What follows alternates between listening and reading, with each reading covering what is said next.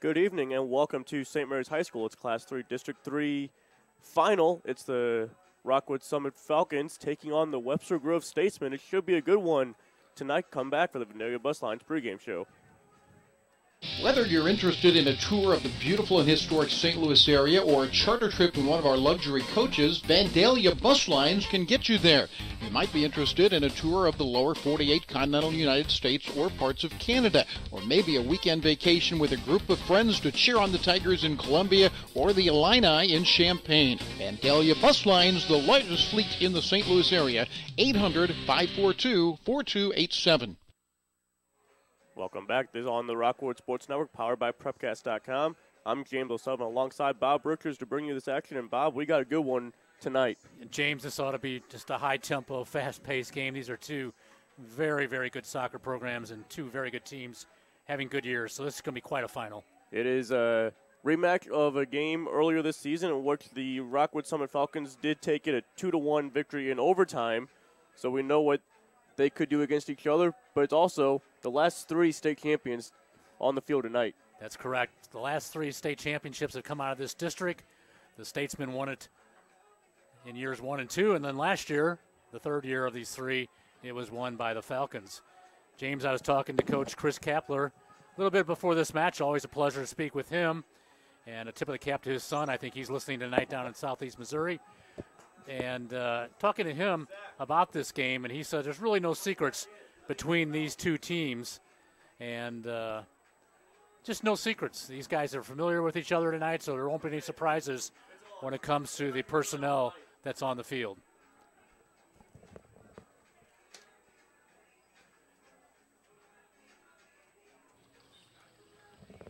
Boom! Hey, where are you going? Can't get by me. I'm number 1 in this class. I rule this lab. I'm number 1. Hey, I don't think so. Yes! Winner! I am the king! Woo! You wouldn't do it there. So don't do it here. Sportsmanship. It's up to you. What? Jerk.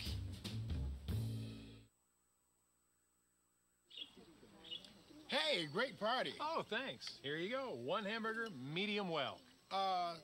This is well done. No. That's medium well. What? Are you calling me a liar? This thing is practically burned. That's it. You're not going to come to my house and tell me how to cook a hamburger. I don't grill it. You wouldn't do it there. You gotta be crazy. So don't do it here. Sportsmanship. It's up to you.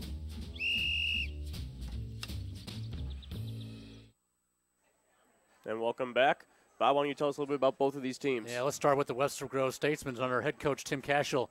Spent a little time with Coach Cashel before this game, James, and it's always a pleasure to spend some time with him. His team comes into tonight's game 13-5-4. They were 4-1 in conference play. They've given up an average of only 1 goal per game, so they are very stingy on defense, and they average 2.50 goals for. So, again, both these teams, James, have played really solid defense.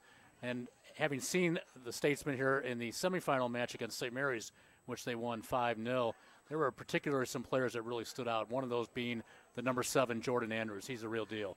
Yeah, and not only that, I was on camera for that game, and Henry Banty really stuck out. I think he had a couple goals in that game as well. He played a real nice game. I know you were talking about him a lot. Yeah, Banty ran out of the midfield, scored a couple of goals in that 5-0 win, as we described, and they were really solid across the back as well. So we're looking for, again, a good, solid performance from Coach Cashel's team. On the other side, talking about the Summit Falcons, they come in 24-3. They were also 4-1 in the conference. They average goals for 3.15 goals per game and a stingy 0.48 goals against. So, again, starting from the back, both these teams and both these coaches know that defense wins championships. We're going to see some real defensive players here. If you're going to score tonight, you're going to have to earn it. Yeah, they're going to have to earn it as both these goalies. And what you said, that those goals against averages being so low. And, yeah, obviously defense wins championships. These two teams know how to win championships. So absolutely, it's going to be a close one tonight. Between the two teams, they've won the last 3. And let's talk about a couple of the players for the Falcons here. Let's start in the back with those defenders. Corey Godey, he's going to head to the Orlando All-American High School game along with the forward Billy Hensey.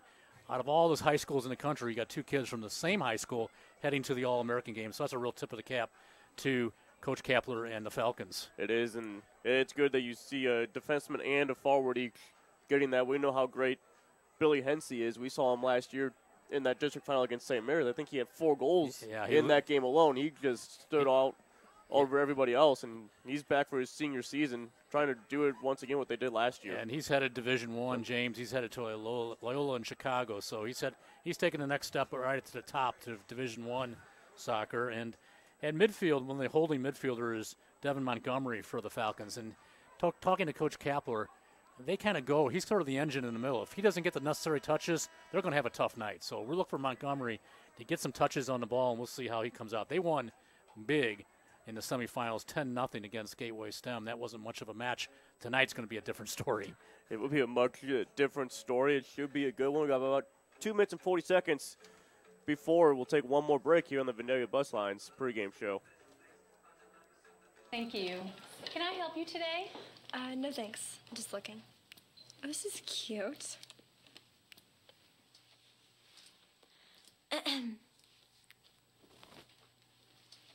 So? You wouldn't do it there. So don't do it here. Sportsmanship. It's up to you. Like they're the fashion police. Are you looking to get that extra 10%? Reach the next level with Athletic Republic. Athletic Republic is science-based performance sports training, delivering intense, position-specific one-on-one training. Stop working out and start training. Visit your local Athletic Republic training center today. Athletic Republic, where athletes who give 110% get the extra 10%.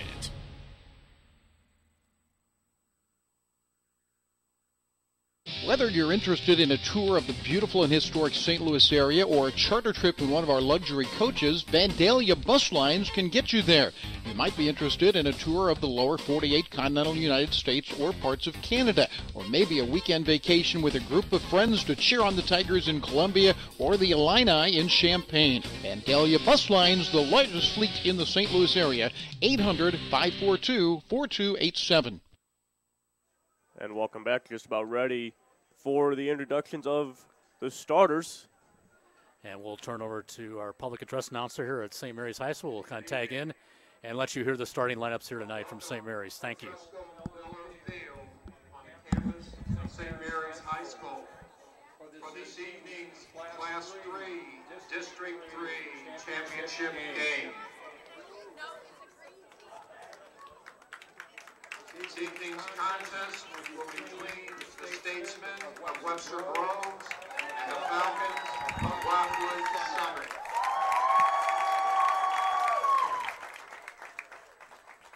We'd like to introduce the starting lineup. For the visitors, Webster Groves, coached by Tim Cashel. In goal, Sam Gomez. Field players, 3, Jack Van Dyke. 4, Luke Harvey. 7, Jordan Andrews. 9, Owen Culver. 10, Andrew Harper. 11, Mason Schultz. 16, Will Tegenkamp. 27, Henry Manzi. 50, Sam Osterlee. And number 26, Robbie Percival.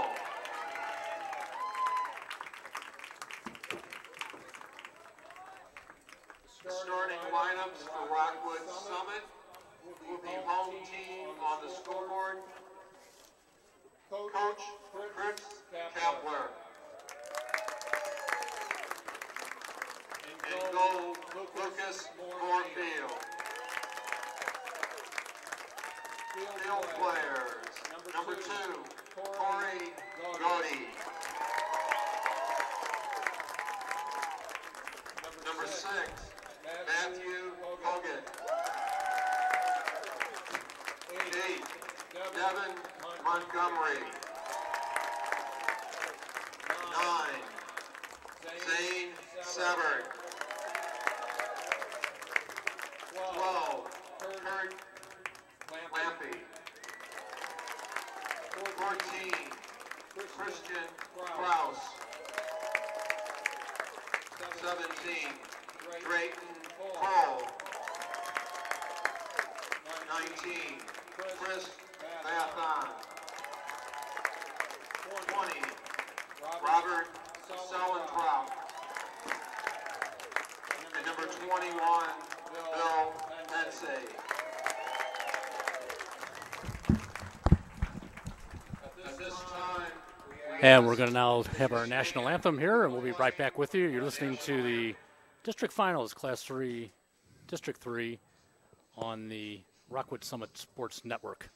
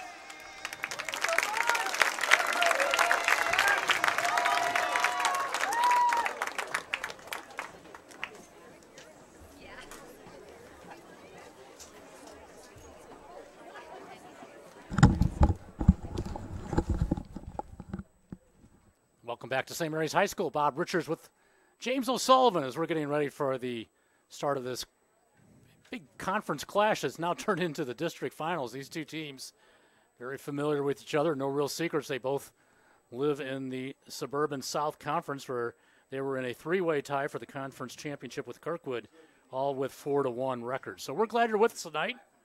Again, you're listening to the Rockwood Sports Network, powered by Prepcast.com. The Falcons are in their all whites, white jerseys, white shorts, white socks. They'll be going from right to left on your screen in this first half. They have black numerals.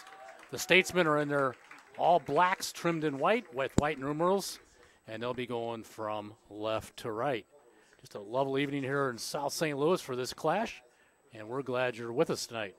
The referee for tonight is Mr. Mike Heath, with the assistant referees Mr. Dan Murphy and Mr.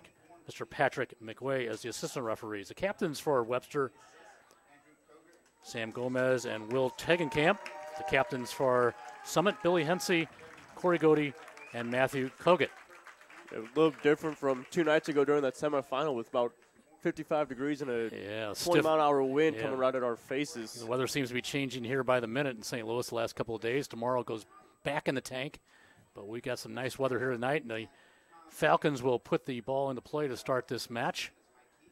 We've got 40 minutes on the clock. And the play is off here. Ball goes back to Montgomery.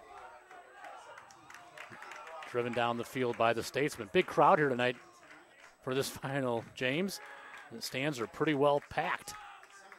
Yeah, you love to see it. I know both these schools do travel well. Webster always, I know Summit was trying to get a huge student section here with that 826 fan section.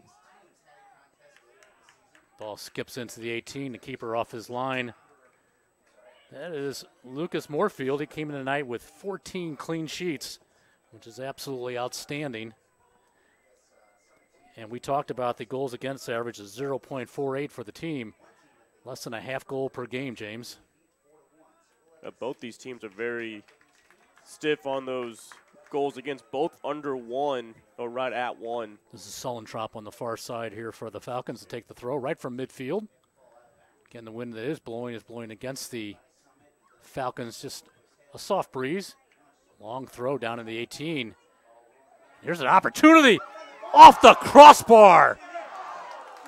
Off a long throw, the ball is chipped across the 6-yard box, and Summit got onto that one, James, and that would have been a goal in less than 2 minutes. They win a corner kick as the ball is deflected as it goes off the crossbar. What an opening. Yeah, and that long flip throw was the reasoning for it. Yeah, it kind of caught the Statesman a little flat-footed there. They got down the right flank quickly, got it across the face of goal, and darn near put one on the board here early. Right-footed outswinger. It goes across the top of the 18. Headed down there and cleared by Webster. Summit works the ball towards the goal line. Nice defending there by Webster. Van Dyke gets a foot on it. Knocked off his foot, so the throw goes back to the Statesman.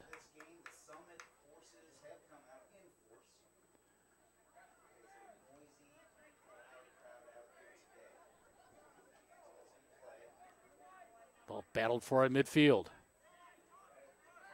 Sent to this near side.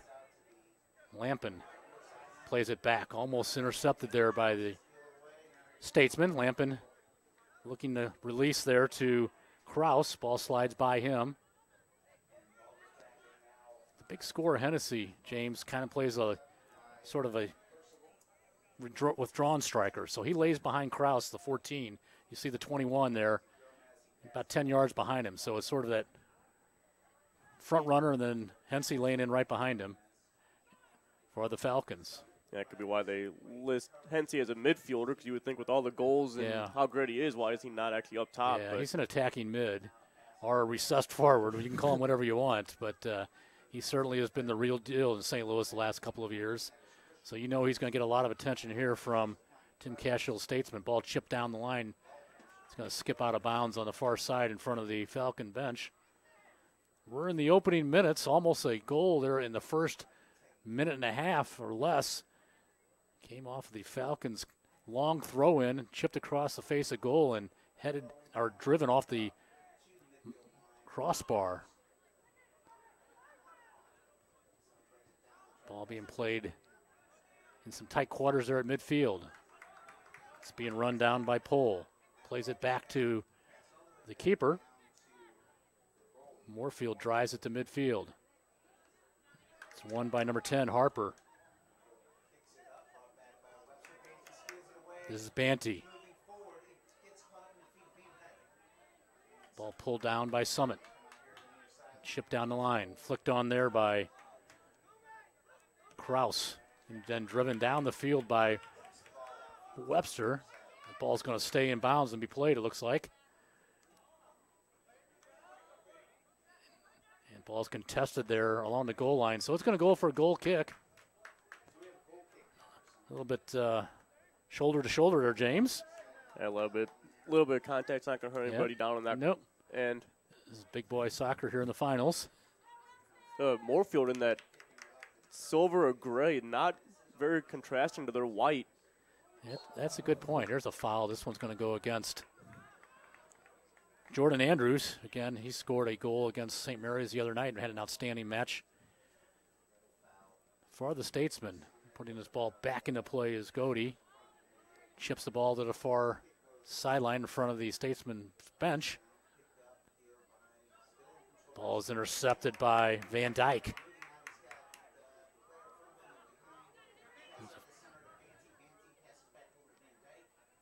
You're not going to be able to get away with these soft touch passes. They got to be hard, crisp passes on the ground. I agree 100%. Nothing soft across the midfield here. These teams are too quick. Webster picks up the ball.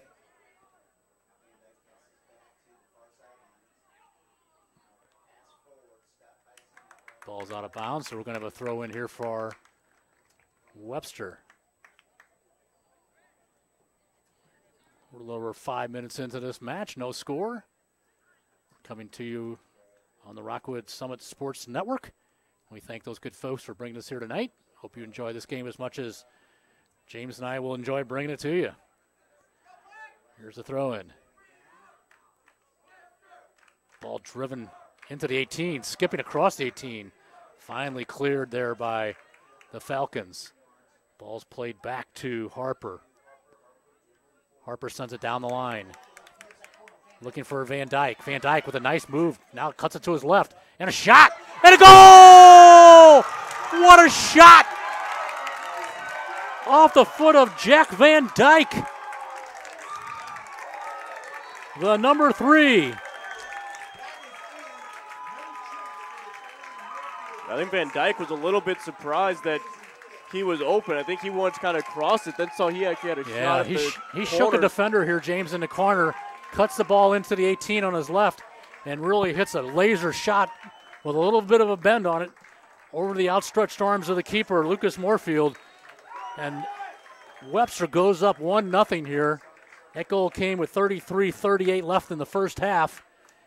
And it's 1-0 here on an excellent goal by Jack Van Dyke.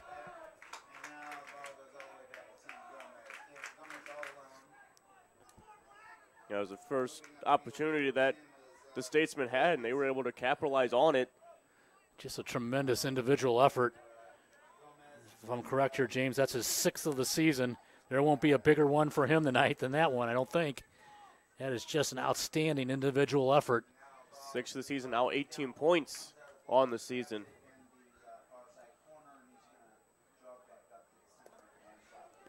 Jack Van Dyke. We knew we were looking forward to a great game here, but both teams had good opportunities in this first 10 minutes.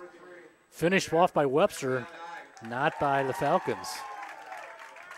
And when they played on October 7th, it was a 2-1 victory in overtime, and it was 1-1, both goals in the second half. So this is the first half goal. Here comes a long throw, James, from the far side as the Falcons here gets back to the track. It's going to be the flip throw again. Well into the 6-yard box. It's a good 25, 30 yards in the air.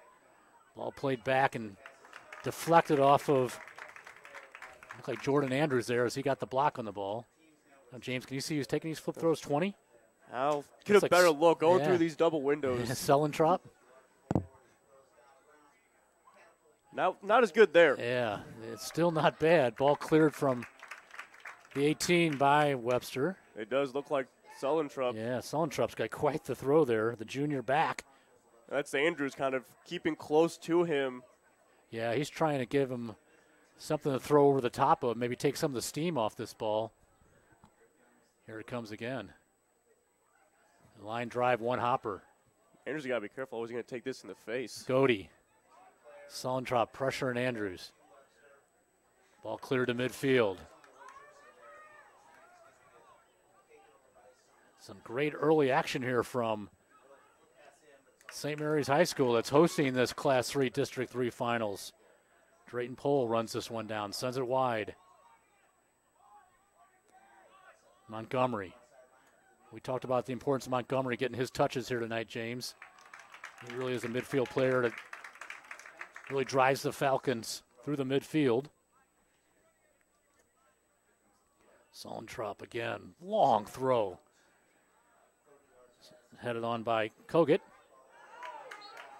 This foul is going to go against Webster. Kind of a dangerous play for that high kick. Trying to do a bicycle kick there in the middle of the field and got a little bit too close to the face. This will come about 32 yards out, 31 yards out. Billy Hensey is getting over the ball. James, what do you think? Take one from here? Oh, with Hensey, you almost have to. Yeah. They got a three-man wall here, the Statesmen do. Referee's going to pull him back a yard or two. I bet Hensey gives it a go myself. There it is.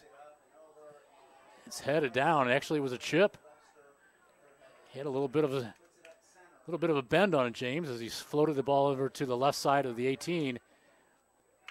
And the Falcons are going to win a corner kick. They're second of the first half. Yeah, but if Hensey has another one like that, it probably will be a shot. Maybe trying to confuse the Statesman early on, thinking that he won't shoot it. We've played about 10 minutes, or a little over 10 minutes of this action. There's been plenty of it. As both teams have brought their fans here tonight. This finals, the referee's going to stop the clock as the net needs to be adjusted a little bit. Hensey is coming in with 18 goals, but he also has 11 assists, so he's not just a pure goal scorer. He is a playmaker. Yeah, he's a complete player. That's a good point there, James, that he's got plenty of assists to go along with it. Oh, ball's off the standard for the football field. The number 2 got his foot on it, Godey. It's the second time they've put it up off the football crossbar.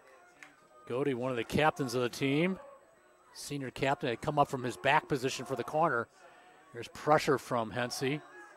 Ball's just cleared by the keeper. That's Sam Gomez.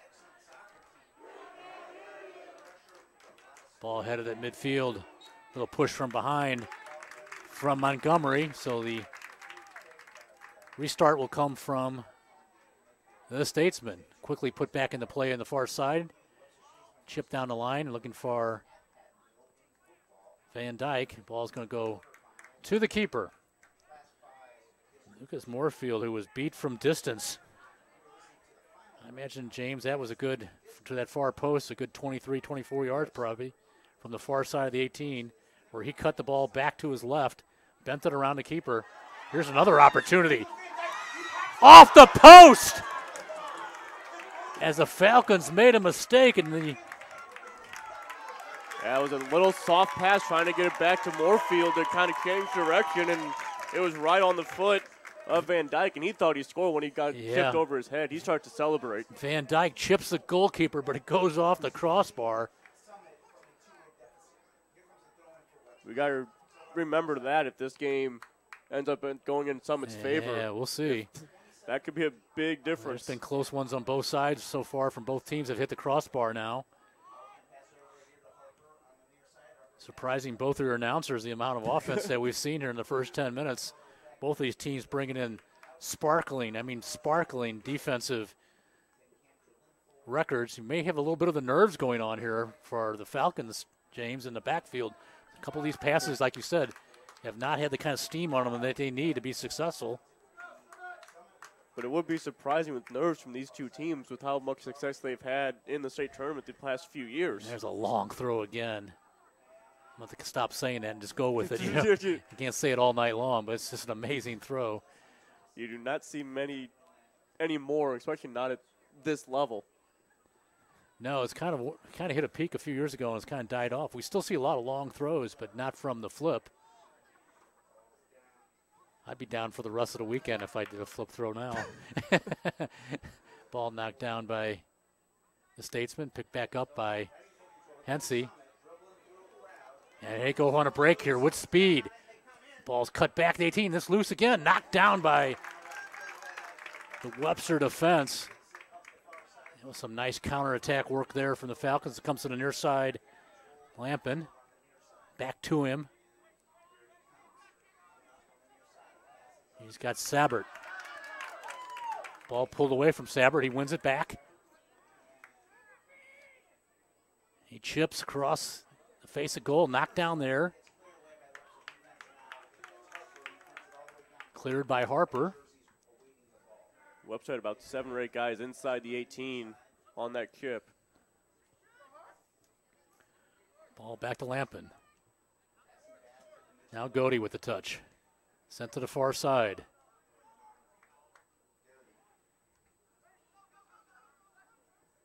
Rockwood plays it back. Looks to reorganize from there. Goes back to the keeper. Keeper chips the ball here to the near touchline. Chested down nicely by Lampin. Godey.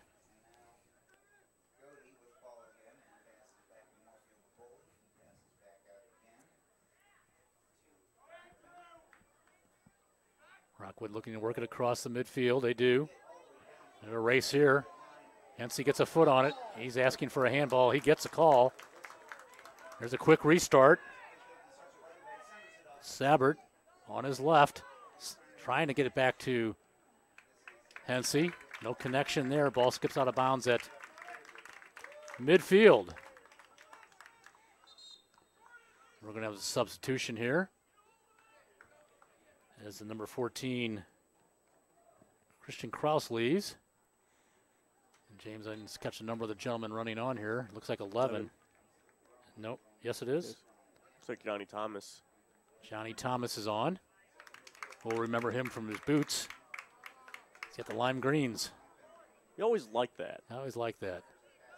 Ball goes back to Pohl. Ball switched pressure here. Lots of speed on the pitch here tonight from both teams. Gomez drives the ball down the field. Picked up by Van Dyke.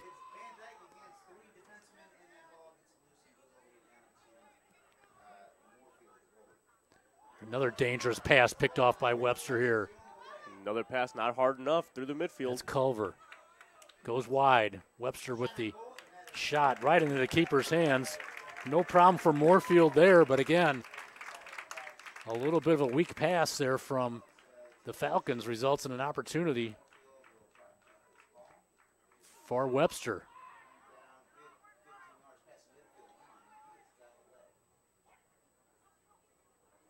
Ball picked up by Hensey.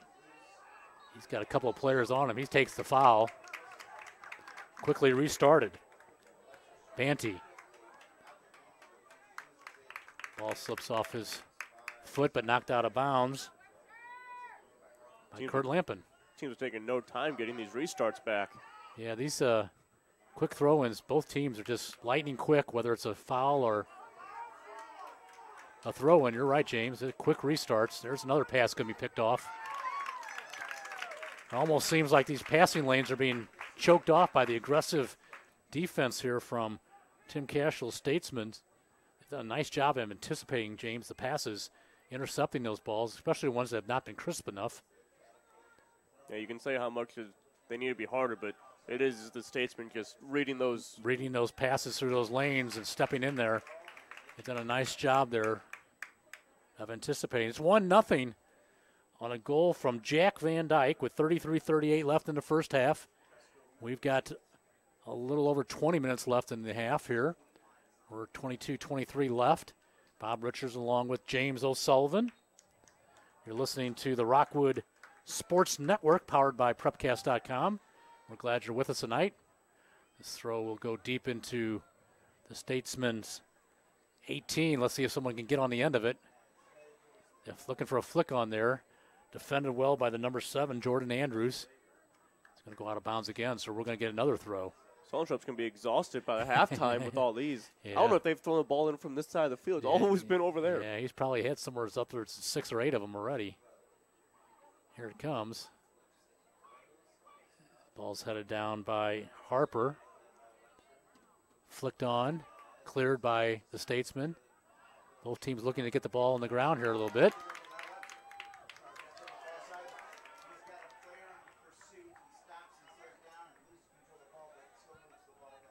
It's like Culver running that ball down, James, over there. You know, Solentrup defending it, a nice job.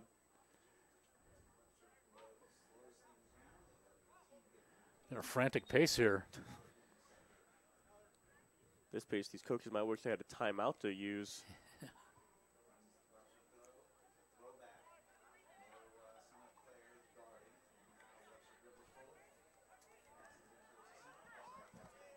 A combination of passes here.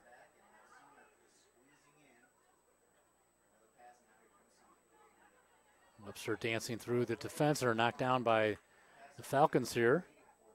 Schultz wins the ball. Ball's bounced off of a Falcon, so we'll have another throw in.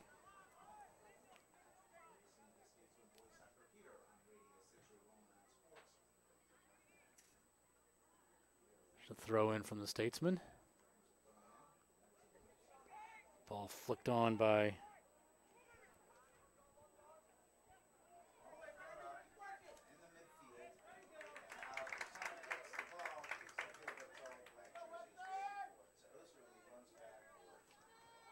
Ball picked up by the Statesmen, working through midfield. Checking back is the number 9, Culver.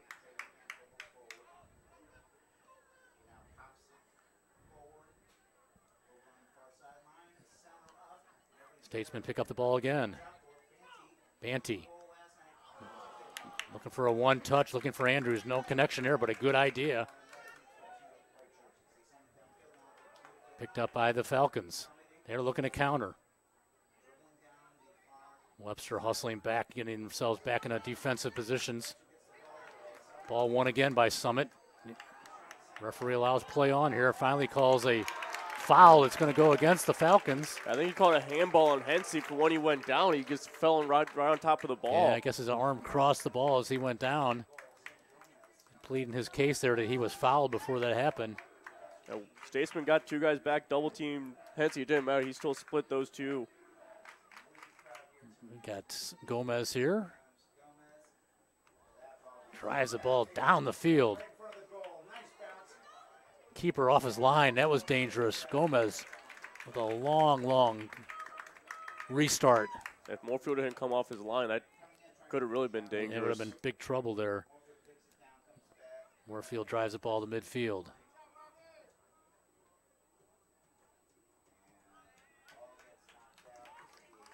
Oh, look, another throw for Summer on that far side. And a substitution as Sabbert leaves for the Falcons, replaced by... Once he turns around. The number 10, Coletta.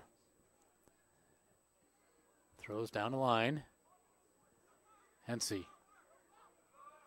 Pass is intercepted. Andrews drives the ball down the line, looking for the goal scorer, Van Dyke.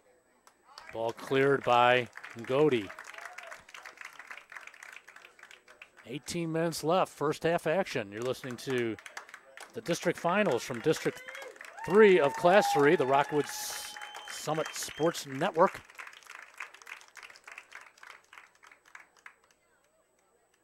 Andrews take the throw on the far side. Jordan Andrews with 13 goals, 7 assists. And he's got a long throw as well. Ball's headed down by the Summit defense, picked back up by Andrews. Looking for Hensey. Looking for a handball, no call there. There's a foot race. Ball played back to Harper. Harper's chip goes over the goal for a goal kick. Actually, if you're actually trying to go on goal, you just chip it into the middle. Yeah, I think he was looking to chip it there. Just got a little too much on that. James, I think we've got our money's worth here so far tonight. This has been quite the first half. Gotta thank the Rockwood Sports Network for having us out for this game. Ball goes to Summit on this near touchline. You're going to slide it back to the number 12, Kurt Lampin. Throws the ball into Montgomery. Montgomery's going to take the foul. The senior midfielder scampers back.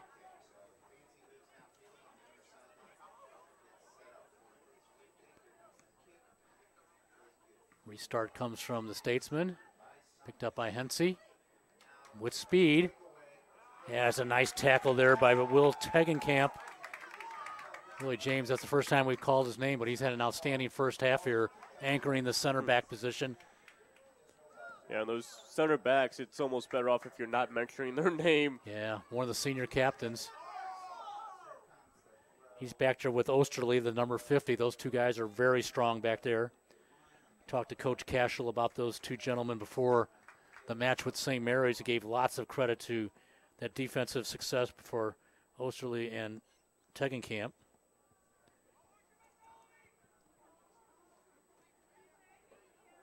Looking for the flick on. There it is. Ball battled for outside of the 18. Won by Webster. And clear down the field. And we got a foot race here. It's going to sail to the keeper, no problem. There's Drew Schwager. Schwager was pressuring the defenders again. One thing about Webster tonight, James, they've come out and pressured the ball all over the field.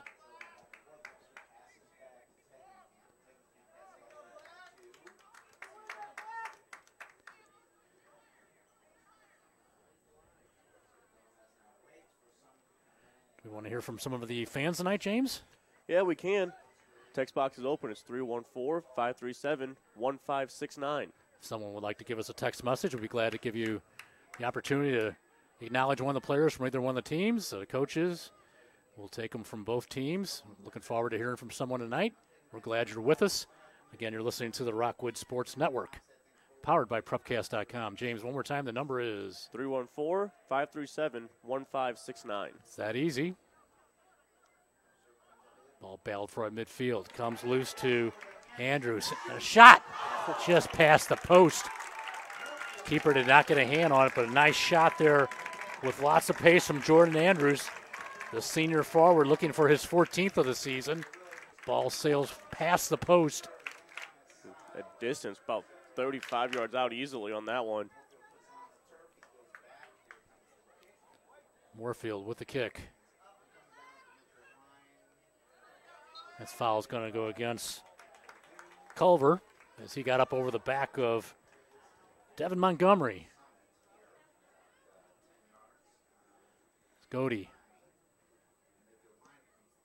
with the restart. Ball goes wide.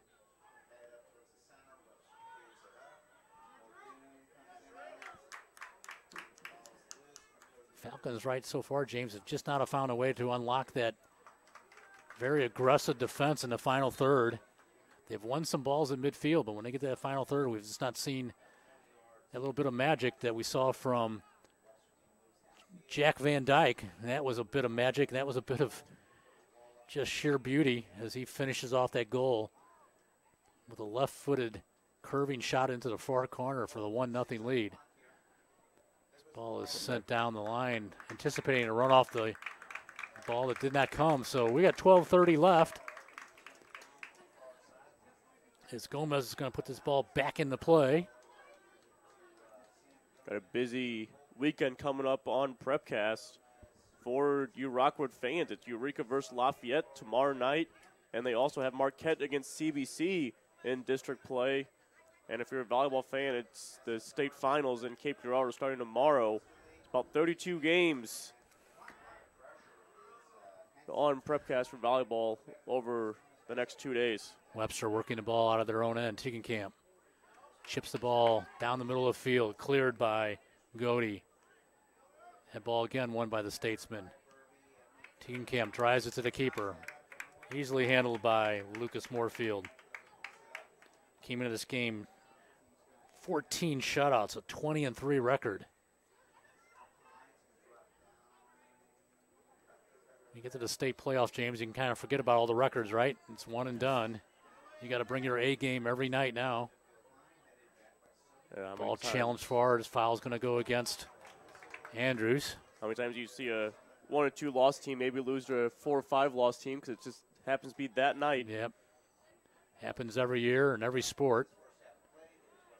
What gets to be really challenging, and I've seen it over the years, James, is when you play a team more than a couple times a year and you end up getting them in the districts or quarters or whatever, and trying to beat a team 2 or 3 times in the same season is very difficult. I don't know why, but more often than not, you see an upset. Ball goes to ground. This foul is going to go against the Falcons. And we do have a text message. I was corrected. It's not the 826, it's the 026 Army with Rockwood Summit. And another one coming in. Let's Go Summit, 026 Army, walking all the way from Columbus, Ohio. Beautiful. We thank you for that from Columbus.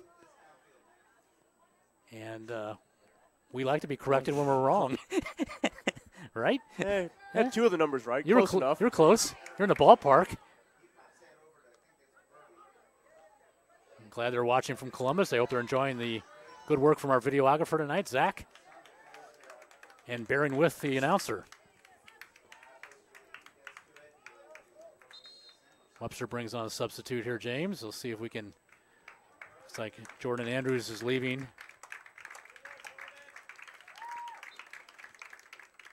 And we'll catch the number of his replacement up top.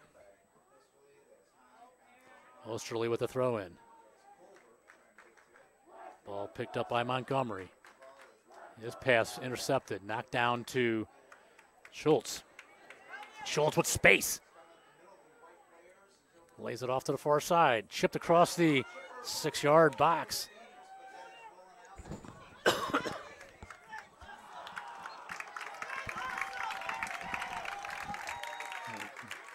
Ball skips out of bounds there. Good work by the Statesman there, James. One of the fans watching, doing some analysis of their own, says Summit needs some more passion and fire. We could have agreed with that. Some of these passes, and they just cannot get past this back and forth. As we said, Webster here winning the 50-50 balls. There's another good example of their work, and they get the call here as the foul is called on Bathon, number 19.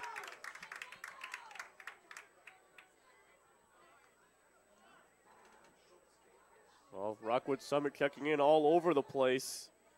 Go 0-2-6 from Fayetteville, Arkansas. So we've got the Hogs down in Fayetteville, right? I believe so. They are. That's the other football. This is football. This is the beautiful game here. But thanks for that text message from Fayetteville. Ohio and Arkansas walking in. Throw-in is going to go back to Summit in front of their own bench here. Referee's going to stop the clock. And someone's going to get a little bit of a talking to here. Actually, it's going to be a substitution. There may be. No, don't know if maybe. Yeah, I'm not sure what the call was there. Maybe a little turf burn or something that. Bathon's off. He may have some blood on the jersey or something like that. That'll get you taken off the field real quick. Not sure. We're not going to presume anything from this distance. We're all the way on the other side of the field. Ball battled for at midfield. There's a foul. Let's see if they restart quickly here. Schultz with the foul.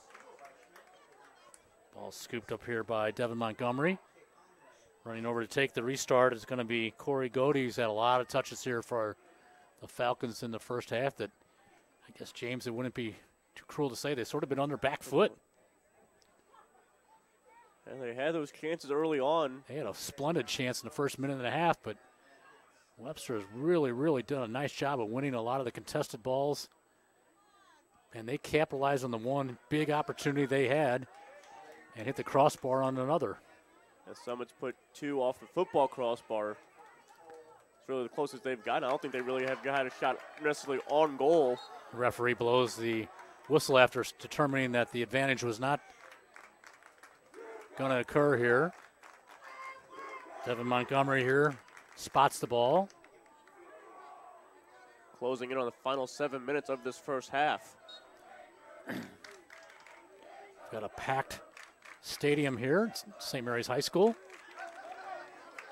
I want to thank the athletic director, Tony Tolley, as always, James, for his support for Prepcast. Allowing us to come in here even though it's not a St. Mary's broadcast. Got a nice position here in the press box tonight as Gomez picks up the ball once pressured and distributes the ball to his wingback. 6:30 left, first half action. Ball goes back to Gomez. I think the Statesmen would love to get to the halftime, James, with this 1-0 lead. Osterley run down there by Hensey. Hensey again with speed. Taking on 3-4 players. Lays it off nicely to Crew. Looking for Hensey. Ball cleared. Look at the number of black shirts getting behind that ball, James. And the number that go right after Hensey as well. Ball chipped in there by number 10. That's Coletta. Coletta blocks the Harper's clear. Coletta lays it off to it Johnny Thomas, 11? It is. Nice cross. And the ball pulled down by Gomez. Gomez used all that height there. As he pulls the cross down, as he skied for that one, there was a Falcon just busting into the 18, looking to get on the end of it. That's about the one thing we don't have is heights on any of these guys. Yeah, Gomez looks like a 6-footer to me, James. At least. Tegenkamp. Ball picked up by the Falcon defense. Ball knocked down. Pass from Godey. It goes back to Osterley. Osterley sends it back to Gomez, and they look to rebuild out of the back here. Gomez is going to wait till Hensey makes a move here. So some token pressure finally gets him to release the ball. Back to him again.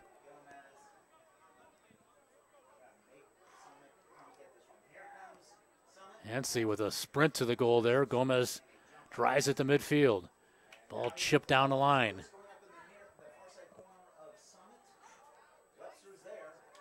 Summit defending. Again, a pass picked off.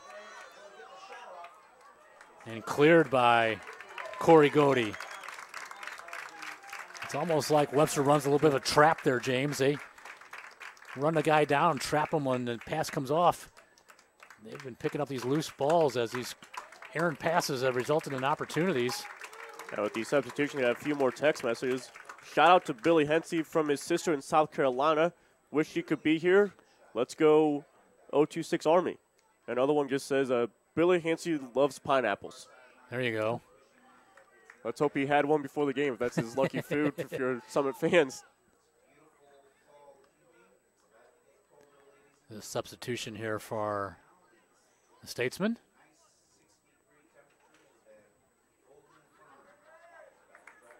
As number 27, Banty leaves for Andrews, who is back on. He'll take the throw. A long throw. It's a nice tactical substitution here, James. Get Andrews back on the field here for the throw. They got a long throw right into the 6, but a nice job by Moorfield. Came out and grabbed it. It was no accident that he came on right there for that throw. I've coached a few games in my day. Nice chip across the field. Can a Falcon get on the end of this one? There's a shot right at Gomez. Sabbert crossed the ball over there. I'm not sure, James, who got the shot off. That's some good work here by the Falcons as the clock runs down. 2 minutes, 30 seconds left, first half action. Bob Richards along with James O'Sullivan. This is the Class 3 District 3 final. This will be the end of the season for one of these two teams tonight. The foul is going to go against Webster. I think Van Dyke might have been a little tugging on the jersey or something, trying to get around his man. To the chagrin of the Webster faithful. Webster faithful won a kind of an interference call for a PK. Yeah, that would have been dramatic if a penalty kick would have been called for some reason. I guess he could have called obstruction and do a two-kick foul there, but a defense gets a little bit of the benefit of the doubt, I think, when you're defending like that. It certainly happens when they shepherd that ball across the goal line for goal kicks. So we'll see how this restart goes. Hensey gets over the ball. He's the number 21. His sister's watching in South Carolina tonight. Tip of the cap to her for sending us a text message. He drives the ball at the top of the 18. Ball comes to ground. Unable to get a shot off, though. And cleared by Webster. Pulled down very smartly there by Pohl. And again, Webster with good pressure wins it back in midfield. Another pass picked off here by the Statesman, sent wide.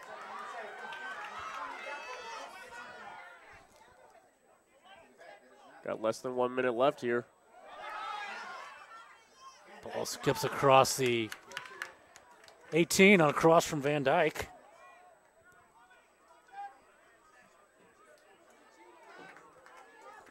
Ball driven down the line by the Falcons.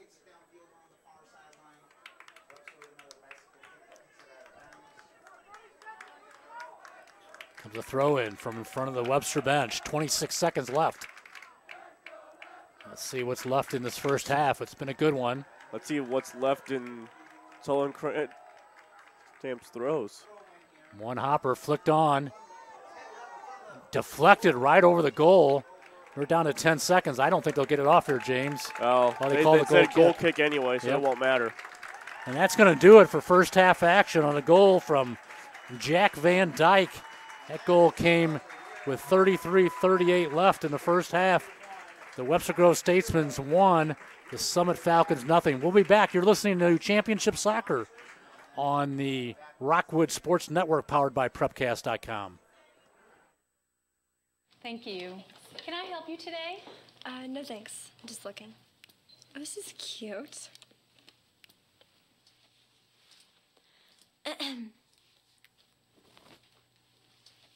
So? You wouldn't do it there. So don't do it here. Sportsmanship. It's up to you. Like they're the fashion police.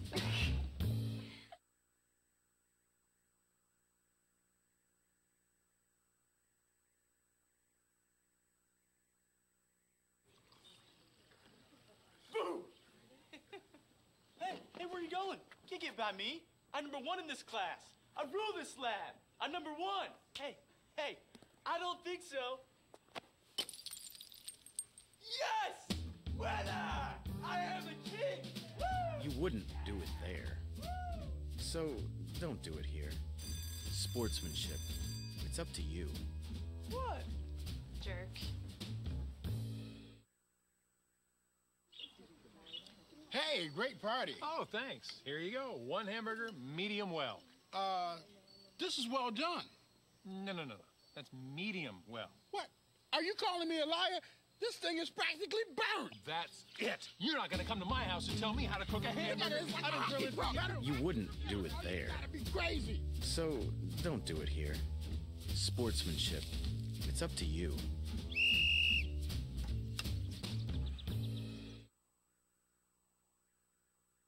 Are you looking to get that extra 10%? Reach the next level with Athletic Republic. Athletic Republic is science-based performance sports training, delivering intense, position-specific, one-on-one training. Stop working out and start training. Visit your local Athletic Republic Training Center today. Athletic Republic, where athletes who give 110% get the extra 10%.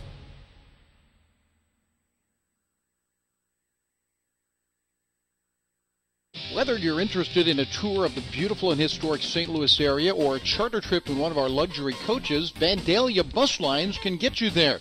You might be interested in a tour of the lower 48 continental United States or parts of Canada, or maybe a weekend vacation with a group of friends to cheer on the Tigers in Columbia or the Illini in Champaign. Vandalia Bus Lines, the largest fleet in the St. Louis area, 800-542-4287.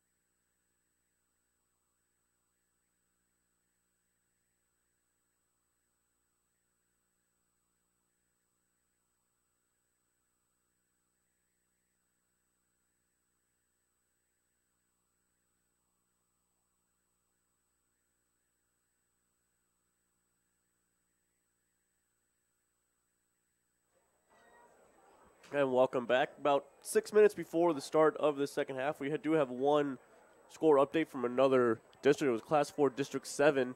Vianney won 4-0 over Eureka. So another good season by a Rockwood School District team. Falls short here. They've had a really good fall. Marquette softball goes and wins state for the first time in school history. I did a couple of those games, and they were led all year long by junior pitcher Anna Youngie with about 220-something strikeouts this year. You have football all day tomorrow. Let's go through the schedule that we have here on Prepcast.com.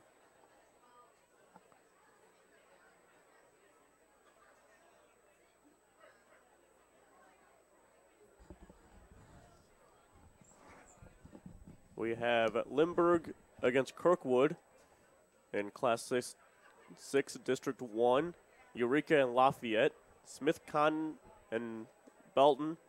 Marquette against CBC. Adrian against Liberal. And then on Saturday, St. Mary's will be taking on MICDS. So a busy weekend all over the place. Couple games here on the Rockwood Sports Network as well.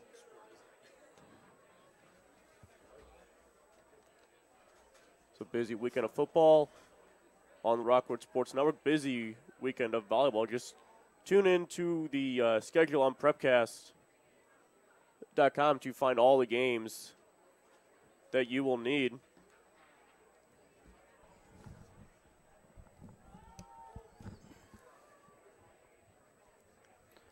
Well, James, let's talk a little bit about this game here. We saw a terrific first half of action here at St. Mary's High School for this district final. It's 1-0 in favor of the Statesmen on a goal by Jack Van Dyke, his 6th of the season. And he just put a highlight reel goal in from this near side of the 18, curled the ball around the keeper into the far corner. Really, Lucas Moorfield really never had much of a chance to get a hand on that one, I don't think, James, because it was well struck with great accuracy, nice pace. And like I said, just a highlight reel goal. So they're leading 1-0. All that happened after an early opportunity for the Falcons, who really came out quick. Got a long throw in down the right flank. Ball was chipped across the face of goal and clangs off the, was it the soccer goal post or was it the football goal post? Well, I think it might have done both. Yeah, I think it did hit the soccer goal post and caromed over the top, but it was a golden opportunity. That came just less than 2 minutes into the game. Webster got up with the pace of the game very quickly and won, I think, the majority of the 50-50 balls at midfield throughout that first half and did a lot of very good anticipation of passes from the Falcons, cut off some of these passing lanes, did a nice job of winning the ball. So the Falcons are going to be chasing the game here in the second half as they try and get themselves back into this one. As we mentioned, the winner moves on. The loser calls it a season. And we'll take one more quick break, and we'll be back here on the Rockwood Sports Network. Well, we do know the winner will play Washington on Halloween. That's Tuesday, October 31st. We might be there to cover that one. I don't know. It actually might be at the winner of this game, might host that one, but the winner will play Washington on Tuesday. Now we'll take one last break and have second half action for you after this on the Rockwood Sports Network, powered by Prepcast. Thank you. Can I help you today? No thanks. I'm just looking. Oh, this is cute.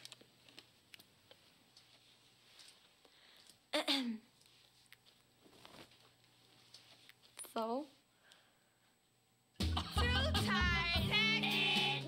You wouldn't do it there.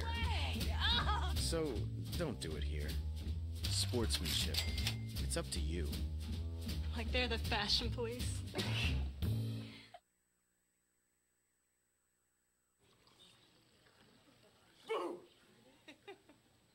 Hey, where are you going? Can't get by me. I'm number 1 in this class. I rule this lab. I'm number 1. Hey, I don't think so. Yes! Winner! I am the king! Woo! You wouldn't do it there. So don't do it here. Sportsmanship. It's up to you. What? Jerk. Are you looking to get that extra 10%? Reach the next level with Athletic Republic. Athletic Republic is science-based performance sports training, delivering intense, position-specific, one-on-one training. Stop working out and start training. Visit your local Athletic Republic Training Center today. Athletic Republic, where athletes who give 110% get the extra 10%.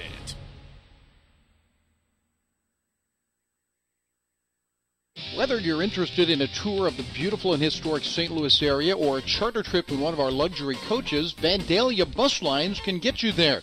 You might be interested in a tour of the lower 48 continental United States or parts of Canada, or maybe a weekend vacation with a group of friends to cheer on the Tigers in Columbia or the Illini in Champaign. Vandalia Bus Lines, the largest fleet in the St. Louis area, 800-542-4287. Hey, great party. Oh, thanks. Here you go. One hamburger, medium well. This is well done. No. That's medium well. What? Are you calling me a liar? This thing is practically burned. That's it. You're not going to come to my house and tell me how to cook a hamburger. You wouldn't do it there. That'd be crazy. So don't do it here. Sportsmanship. It's up to you.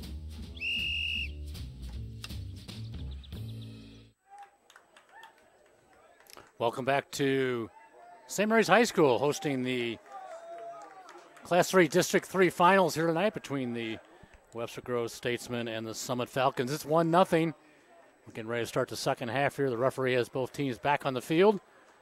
Statesmen will be going from right to left this second half. They're in their all black road uniforms tonight. Officially, the Falcons are the home team tonight. They're in their all whites. They're going left to right, and we're off and running. Webster picks up an early one here. Andrews runs into the 18. Shot goes off the side of the goal. Jordan Andrews on a quick move down this left flank.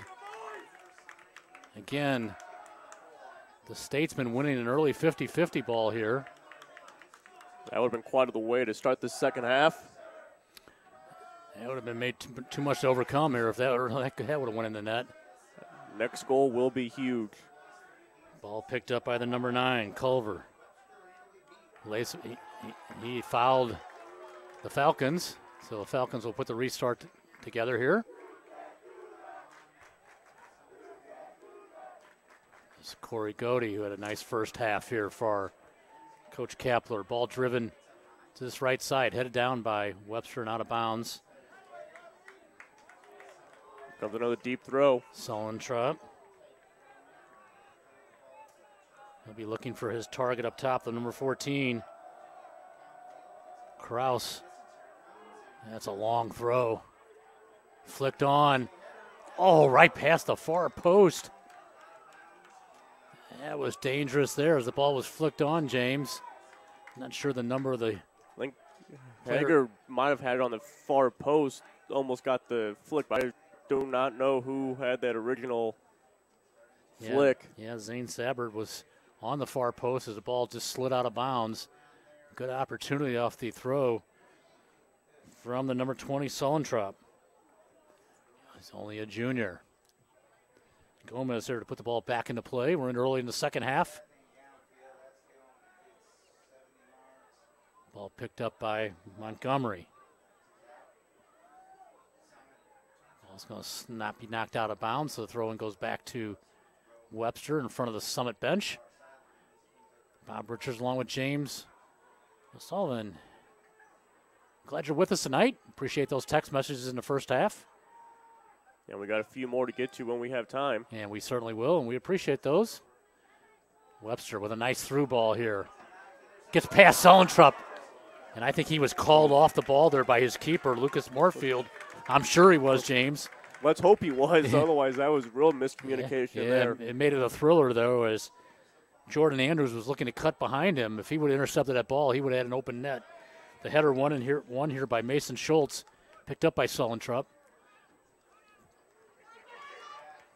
Knocked over to Pohl. Gets the ball wide. It's Kogut.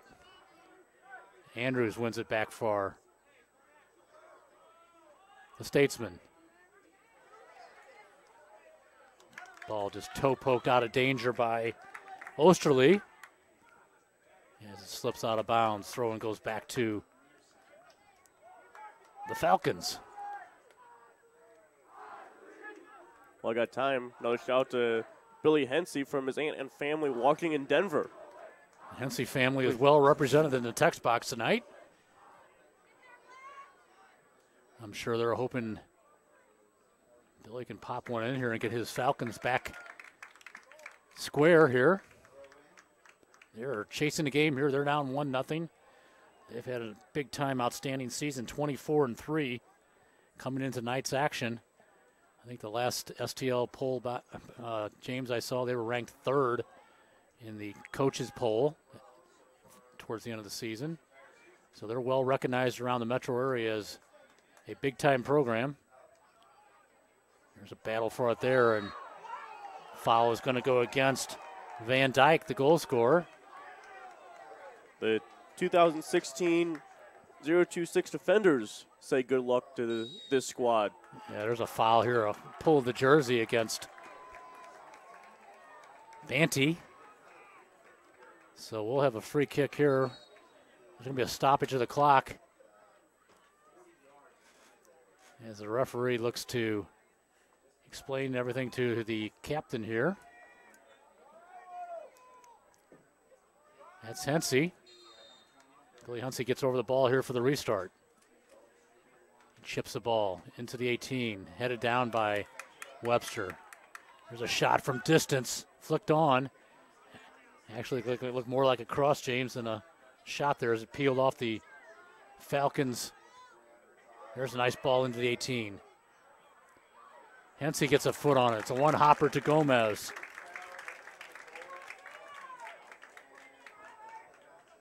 Gomez has had 8 clean sheets for the season. Both of these guys are top-flight goaltenders.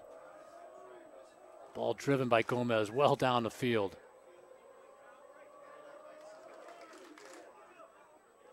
It was a good 60 yards downfield. Yeah, some nice work there by Osterley to get it to Andrews. If Van Dyke cuts the ball to his left, and he hits the outside of the goal, maybe the outside of the post there, James, as he took on a couple of defenders. A good combination of work from Osterley to Andrews to the goal scorer Van Dyke.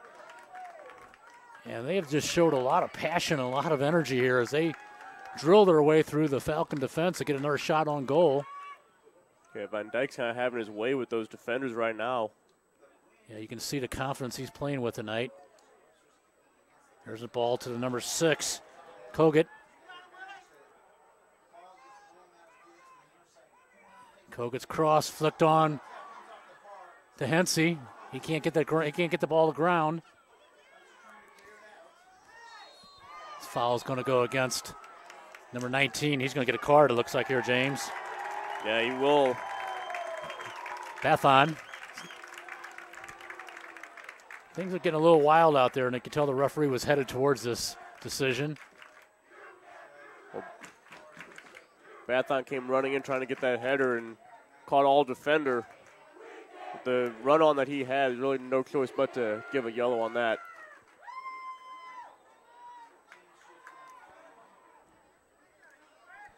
Gomez with the restart. It's about 10 yards outside of his 18. He's going to drive the ball right outside of the Falcon 18. One bounce. Hensey looking to counter. And a great tackle there by Osterley. He's played well on that back end tonight. Ball chipped wide by Van Dyke. The foul's going to go against the Falcons. And Osterley's had the tough challenge about guarding Hensey for most of the night, and he's done a great job of it. We're about 7 minutes into the second half. 1-0 on a goal from Jack Van Dyke. Webster Grove Statesman looking to upset the Summit Falcons.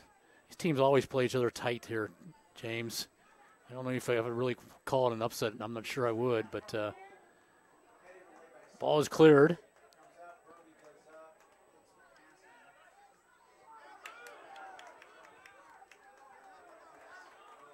Ball sent wide. Getting a touch on that ball was the the Falcons as they cut the ball across the 18. Ball is going to go for a goal kick. That was Christian Kraus with the cross. Kraus only a sophomore. Gomez with the goal kick.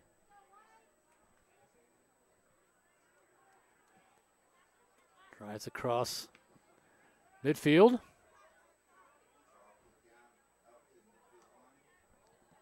Harper knocks the ball to midfield. One back by the Falcons. It's going to slip out of bounds.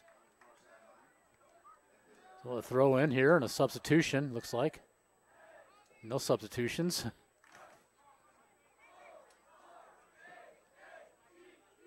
There's another anticipated pass picked off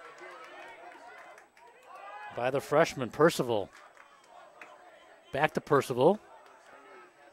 How about this, James, a freshman playing in the district finals tonight? That's starting in it. Starting this wing back position. Ball sails past Van Dyke right to the hands of the goalkeeper, Lucas Moorfield.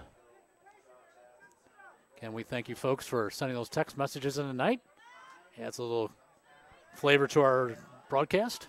Once again, we'll give it the number to you. It's 314-537-1569. 537-1569.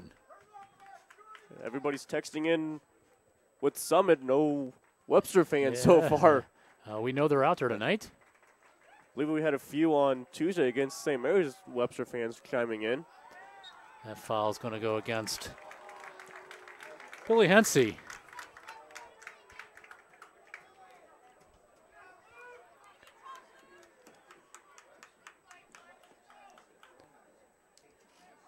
We've played close to 10 minutes of second half action here. It's a perfect night here for soccer. Weather's been terrific. A little bit of breeze blowing at the backs of the Falcons now and in the teeth of the defense of Webster. That doesn't bother Gomez's foot, though. No, it does not. As he drives the ball down the field, it's flicked on there by Van Dyke. Cleared by Summit, but headed back by Harper. Percival, nice play there to win the ball. His pass picked off. As Hensey battles with Luke Burby.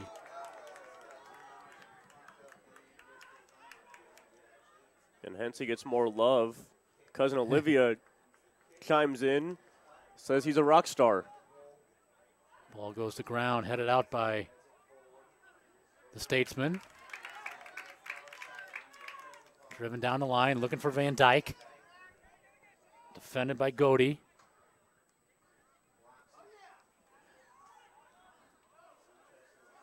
A little give and go action here. Comes on your side to Andrews. Andrews looking for Lampin. He's got it back. Nice defending there by the Falcons. That was Sullen-Tramp with a great throw. He can also play a little bit defense.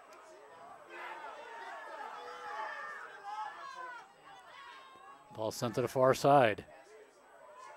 Couple of Statesmen down behind the play. Lampin. Ball chipped across the face of goal. Headed on and over the goal. And now we'll get some attention for Webster fans aren't happy, but you cannot take that play away from Summit going the other way. As the young freshman Robbie Percival was down.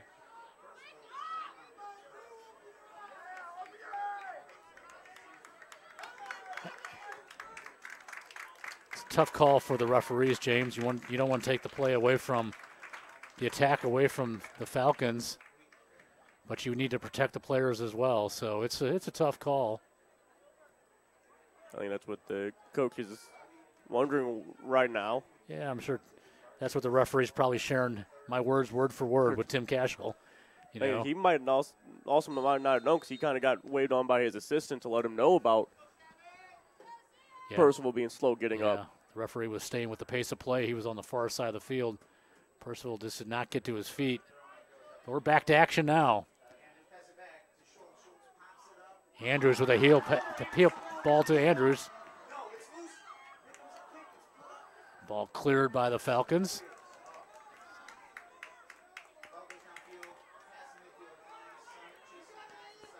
Ball played back to the keeper by Wallace. I think Wallace scored the other night, James, against St. Mary's in that 5-0 semifinal win. Smart play there to send that all the way back. Yeah, he played it all the way from midfield back. This foul is going to go against Bathon. He took a caution here earlier in this half. So you'll see no hurry here from Webster to put this one back into play. Go ahead, James. I'm sorry, interrupted. First chime in from a Webster fan in Mount Prospect, Illinois. Really enjoying the game. Go Statesman. Thanks for that text. I think that's up in that Chicago area, if I'm right, James. I'm not sure. We're glad to have them be part of our broadcast tonight. Keeper to put the ball back into play. Skips through midfield. Flicked on. Run on to by Kraus. He's unable to keep the ball in bounds, so we'll get a throw in here on the far side. Harper retrieves the ball. No big-time scoring opportunities yet, James, in the second half. Besides, Van Dyke's put a couple off the side of the net earlier on, but no true chances. There's no foul there. I was thinking the same way you were. Yeah. I called that one before it didn't happen. Crew. It's not the first time. Yeah. Webster with the loose ball here at midfield. Ball changes hands again, possession-wise. This is Hensey. He's got a little room to run here.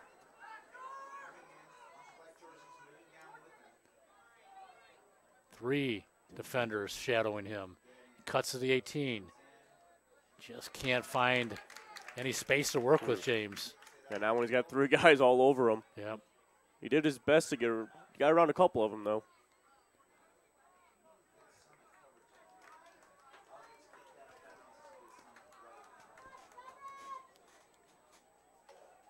.45 left. Kraus leaves the field for Summit. He's replaced by Andrew Kogut. As the Falcons are chasing this game here, they're down 1-0 in the final of this district. Ball picked up in midfield. Culver.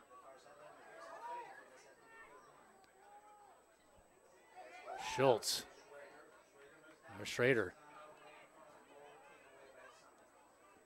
Summit knocks it wide to midfield. Nice defending by Will Tegenkamp right in front of our broadcast position here. Ball played back to Harper. Makes a run through midfield. Culver. Looking for Andrews. There's a foul. Dangerous spot, about 5 yards outside the 18. Yeah. We'll see how the Statesmen play this, James. Looks like Andrews is going to be over the ball. Be 22 yards out. Falcons position 4 players in their wall. I don't imagine Coach Cashel will get big numbers up here. They're winning, so they may give Andrews a chance here to take a shot, and he does. Ball goes right into the wall, and his follow-up shot off the rebound sails well wide of the far post. You kind of tell that shot was coming, James, and really nobody got up into the play looking for any kind of cross or chip there. Yeah, we've seen Andrews. He's got a good shot, so might as well take the shot.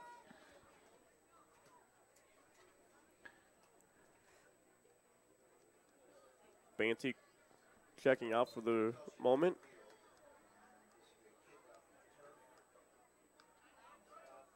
Ball flicked on at midfield.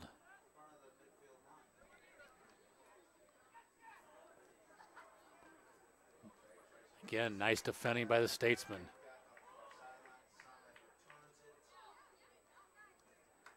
James, they've won a lot of these 50-50 balls in the air, on the ground.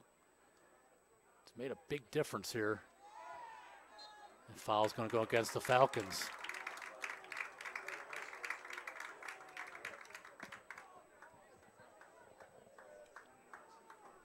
.23 minutes left in second half action.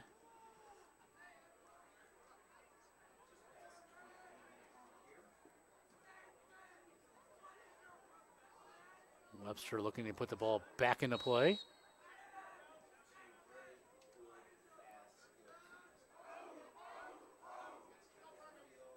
Falcons. Just pressured all over. Andrews. Ball stripped away from him. Kogut after Osterley. Osterley wins the ball. Osterley to Andrews.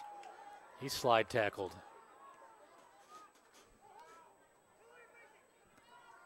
Nice work by Culver.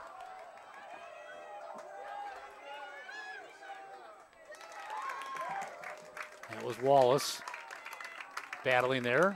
Ball cleared by Falcons. We'll have substitutions for both teams.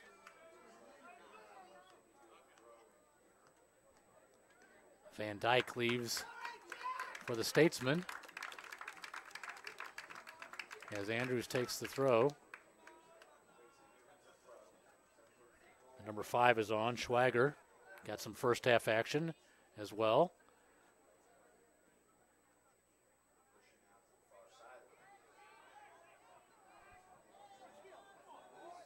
Zabert. Webster picks up the ball in midfield. One back by the Falcons. Shoulder to shoulder tackling there. Throw goes back to the Falcons. Salentrop throws it down the line. James, there's quickness all over this field tonight. Players are lightning quick. You better move the ball because they're going to be pressured. Andrews receives the ball from Schultz. Andrews, nice move. Nice pass from Andrews.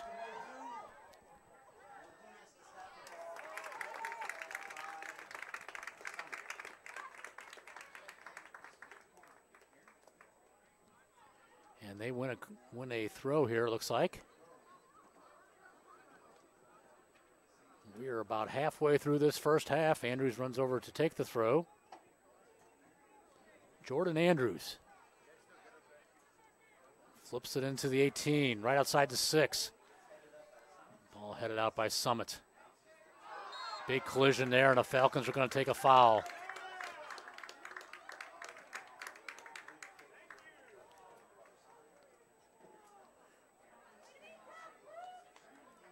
Thomas going over to take the kick. He backs off.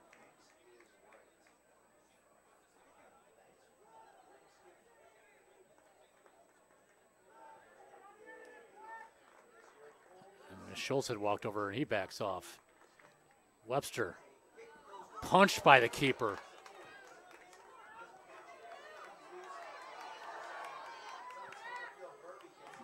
Big collision on the sideline here.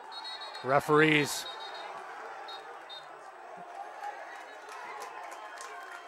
Yeah, big collision here. We're going to have some problems. Referee's going to stop the clock.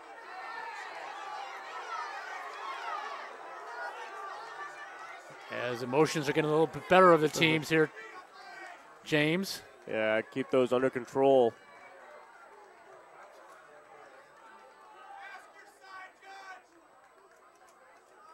It's like Luke Burby was the one that was given the yellow card for Webster. Yeah, both teams going hard to the ball here.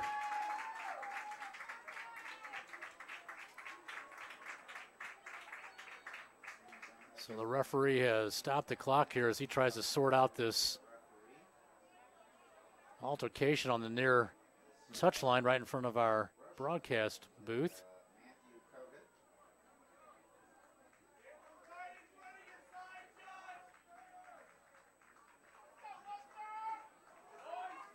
And Summit used that little bit of time. All 11 players got a quick circle. I didn't see who left the field here, James, for a card. Have you? Burby did leave the field. Oh, did he? I don't know if there was another card coming.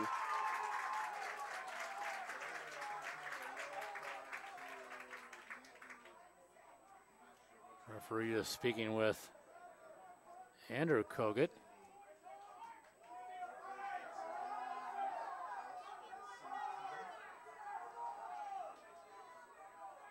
That looks like that was just a verbal warning, though. No Yep. card came out. Yep. Explanations given to Matthew Kogut, one of the captains here for the Falcons. So the referee is going to put play back in action here. Aiden Wallace with a throw for the Statesman.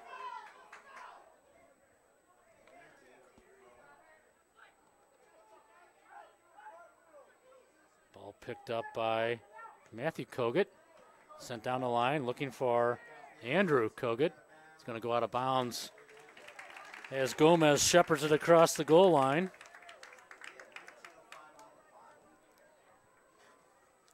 We've played half of the second half here, James. And about 19 minutes of time left as the Falcons look to figure out this defense here and try and unlock this defense. Some excellent work here by Coach Tim Cashell's Statesman here. They've been very strong defensively across the midfield, across the back. Gomez drives the ball across midfield. Foul's going to go against Jack Van Dyke. Quickly restarted. Another foul against Owen Culver, the number 9 for the Statesman.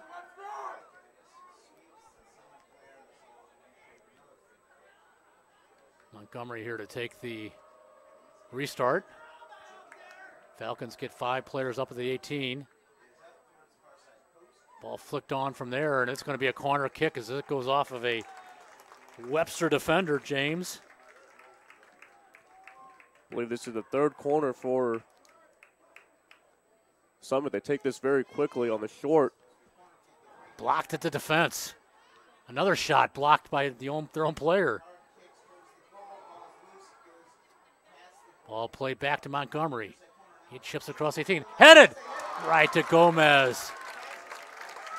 Some of the best work we've seen so far this evening from the Falcons, James. As they work the ball from a short corner on the left side of the field, the far side, the ball comes across the top of the 18. Chipped back in by Montgomery. The head ball right to the keeper, Gomez. As Gomez drives the ball down the field. That was Godey heading the ball back to his keeper.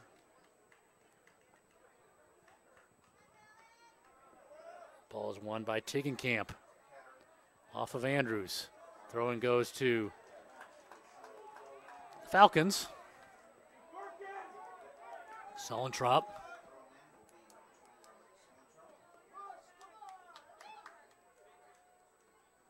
Sullentrop whips that ball down the field. Goes to the far side. Ball knocked out of bounds off the foot of Zane Zabert. So Sullentrop, James will speed his way over to the other side. This is the first time we've seen him go across the field. Yeah, this ball is deep enough into the Webster side of the field. He wants to take a throw.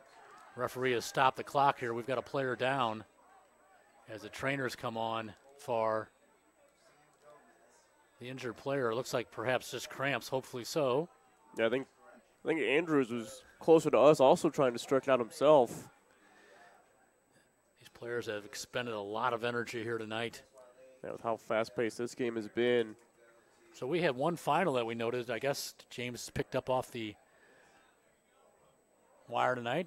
Vianney wins 4-0. So over Eureka in the Class 4 District 7. Class 1 and 2 pretty much have their quarterfinals this weekend as 3 and 4 finishing up district play.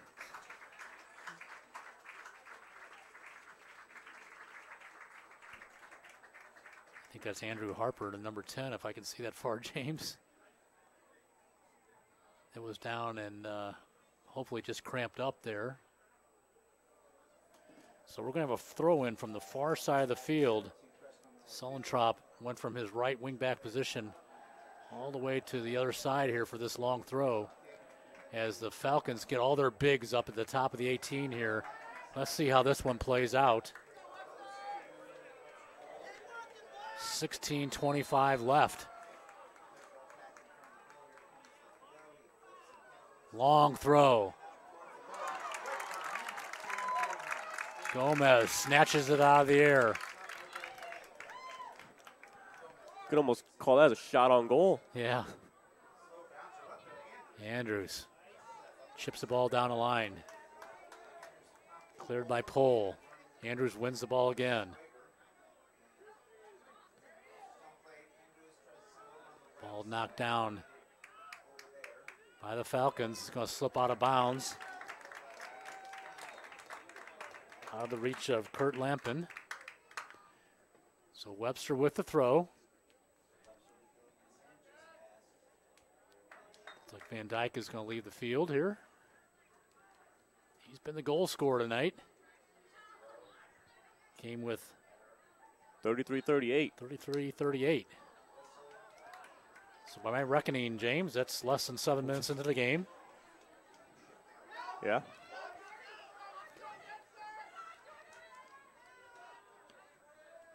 Sullentrop. His cross is a little too direct there. Goes to the goalkeeper, Sam Gomez. No problem for him.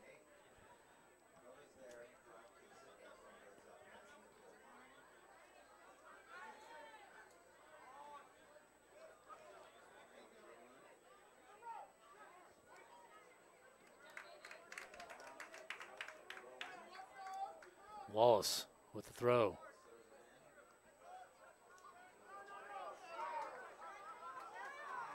Throw's going to go back to the Falcons. I think, James, you could say the Falcons have been a lot quicker to the ball here in the second half. Yeah, but Webster still has that speed and getting a lot of 50-50 balls. Ball battled for here. Chipped wide. Pulled down again by Webster. This foul is going to go against the number 11. Is that Johnny Thomas? Yeah, I believe it is.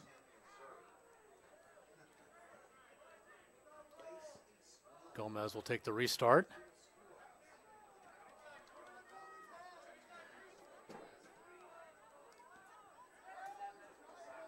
Ball driven down the field. Flicks off the head of Pohl and goes out of bounds. So we're going to have a throw in deep in the Falcon territory. There's another Falcon, or is another Webster player is going to be subbed on.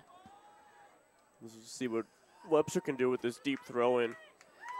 Andrews is going to leave the field here.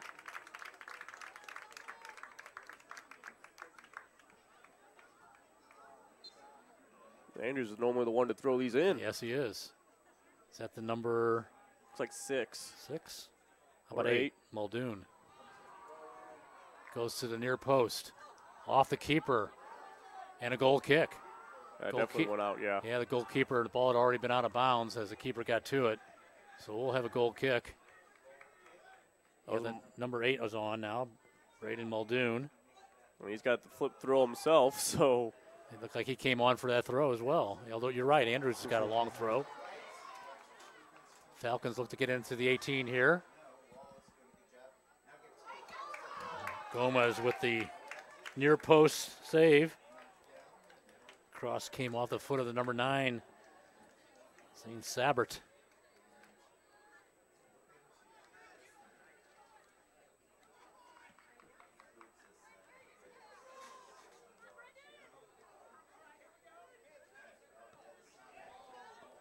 Muldoon chips the ball to the far side.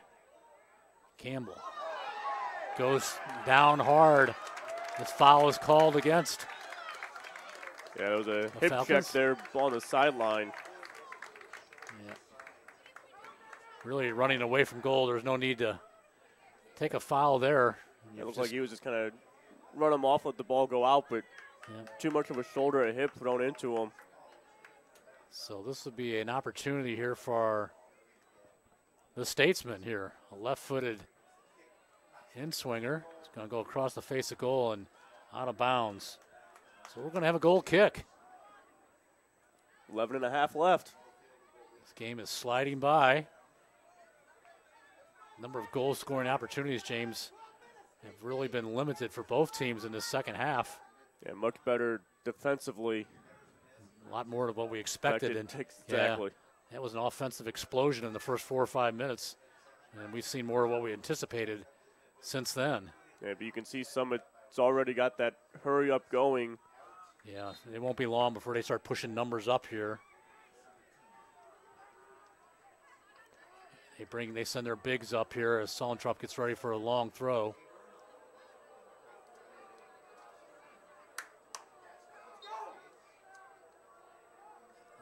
Falcons have one player on the keeper.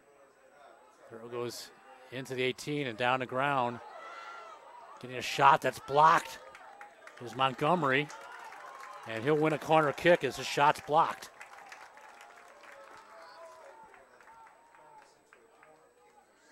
We'll see how Summit plays this corner. They're going to they won't be taking the short one here. It's going to be a right-footed in-swinger.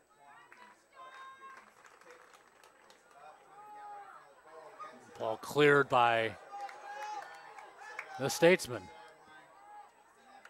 And we'll have another throw here from Sollentrop. You know this is going into the 6.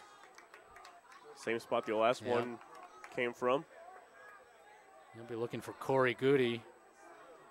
He's one of the bigs that are down there. And not his best throw. It was Goody that got a head on it. Goes across goal.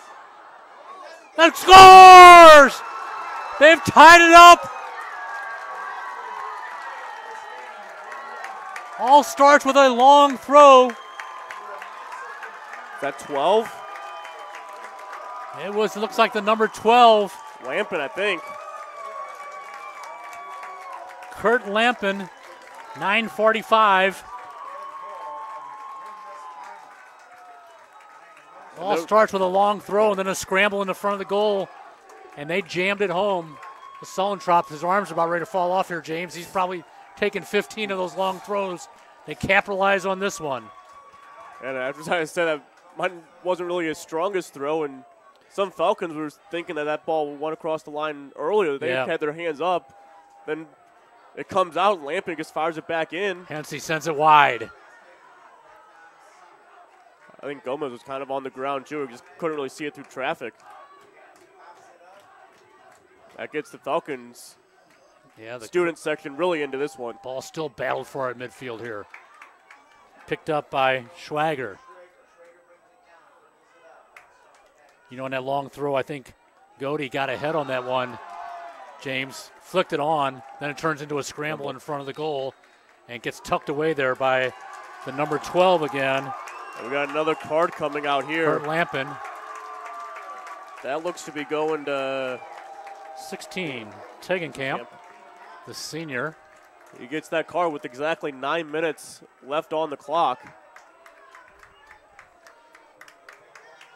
Well, this is what we expected tonight. We expected a thrilling game. We're getting one now. A reminder, these two teams played beginning of October. It was a 2-1 overtime victory, so they know what it's like to play this tight game. Hensey on this near touchline. He wins a corner. I have that, corner number 5 on the night? I'm relying on you. 5 or 6.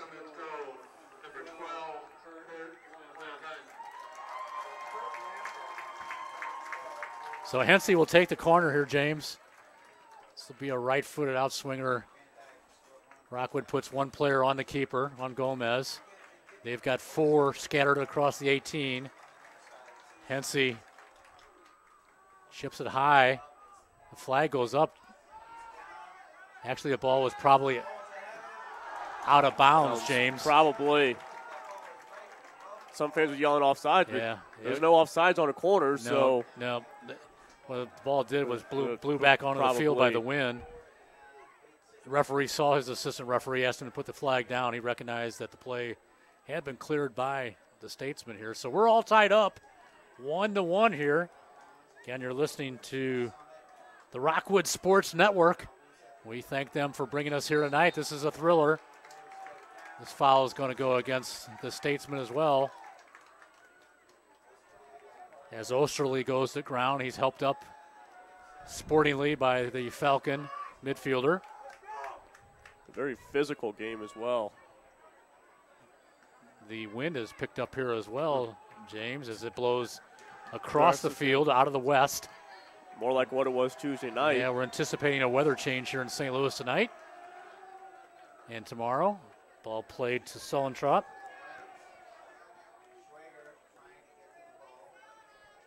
Schwagert hounding Kogut. Goes across the face of goal, cleared by Burby. Just gets a foot on it. So Sullentrop goes to the far side here, James, and he's going to try it again. He ignited the first goal for Rockwood. The Falcons have tied it up here late in the game. Ball goes to ground and battled for inside the 6-yard box. Ball slips out of bounds. And now Sullentrop going to run all the way back across. As Hensey lets the ball go out of bounds. We're going to say throw number 20 for number 20 here. He has certainly been a factor here tonight. Again, the Falcons put one player on the keeper. 4 scattered throughout the 18. Ball goes to ground. Chris Campbell clears it out, but we'll have another throw. Yeah, smart play there by Campbell. That thing is on ground. You just got to get it out of that 18. You can start to feel the pressure building here for the Summit Falcons as they look to rally. There's the throw. Ball goes to ground, cleared by Webster. Chipped back in by the Falcons. There's a shot. Skips off of Gomez's hands. And they win another corner here.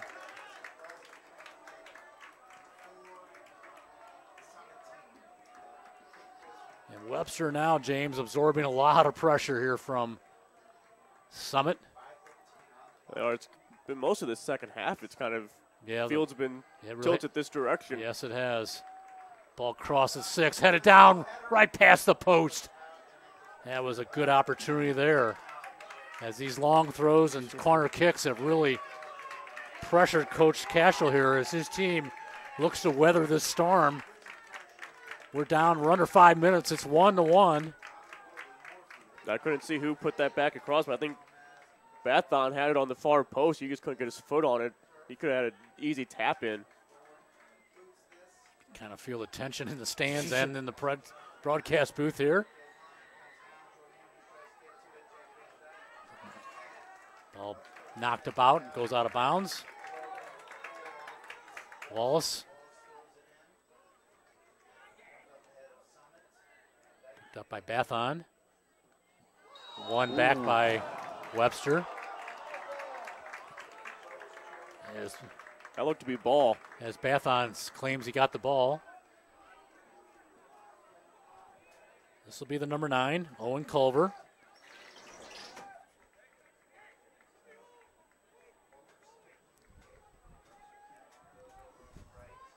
Culver looking to put the ball to the top of the 18. He does.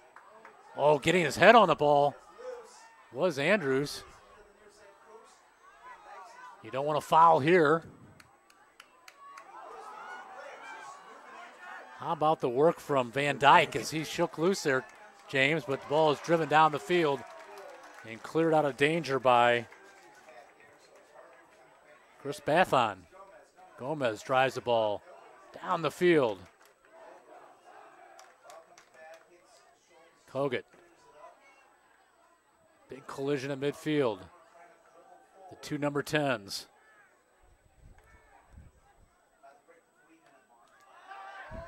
Burby. We're down under 3 minutes to go now. Tegenkamp. Looking for the goal scorer, Van Dyke. All cleared by Summit. Webster sort of weathered that storm here, James. Got themselves back on the front foot.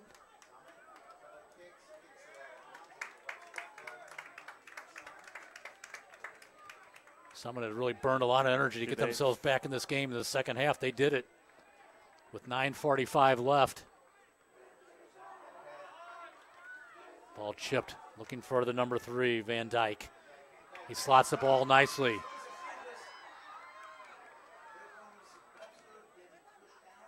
Nice defending by Summit. And there's a foul. We'll see how quick Summit goes. Foul goes against Henry Banty. He's had a quiet night.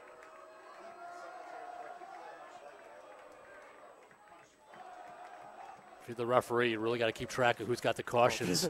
Right. You pull one more caution on somebody, they could be toast.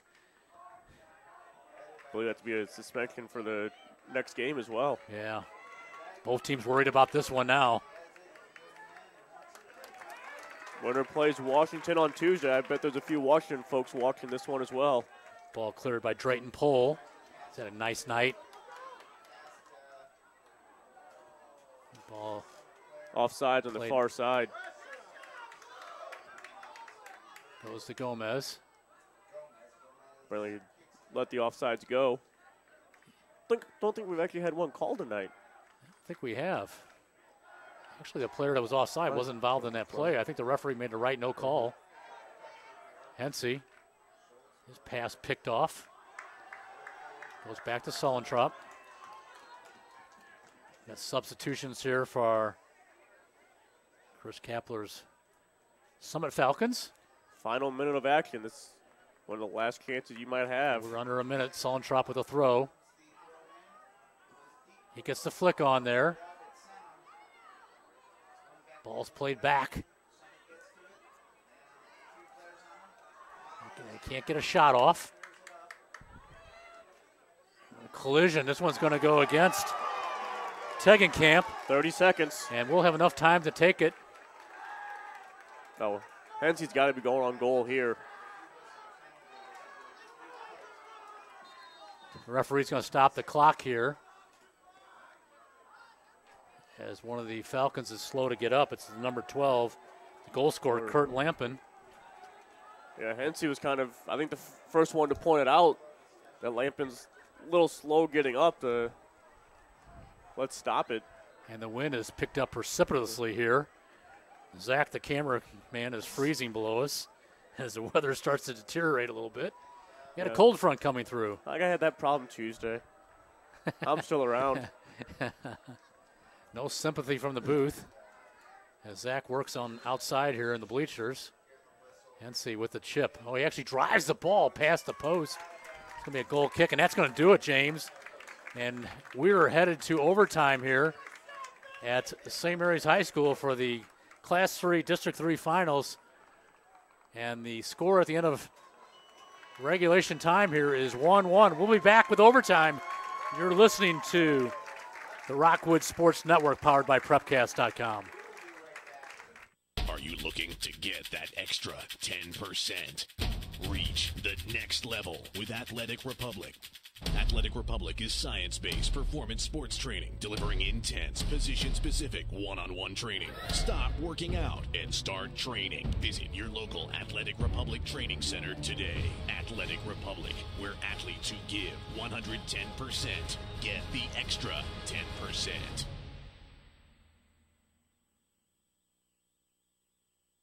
Whether you're interested in a tour of the beautiful and historic St. Louis area or a charter trip with one of our luxury coaches, Vandalia Bus Lines can get you there.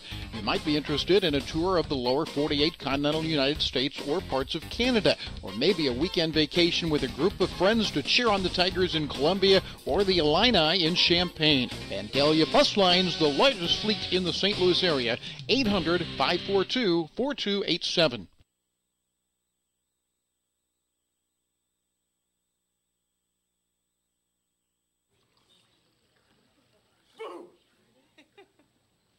Where you going? Can't get by me. I'm number 1 in this class. I rule this lab. I'm number 1. Hey, I don't think so. Yes! Winner! I am the king! Woo! You wouldn't do it there. So, don't do it here. Sportsmanship. It's up to you. What?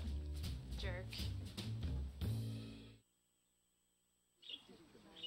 Hey, great party. Oh, thanks. Here you go. One hamburger, medium well. This is well done. No. That's medium well. What? Are you calling me a liar? This thing is practically burned. That's it. You're not going to come to my house and tell me how to cook a hamburger. I don't really... You wouldn't do it there. Gotta be crazy. So, don't do it here. Sportsmanship. It's up to you.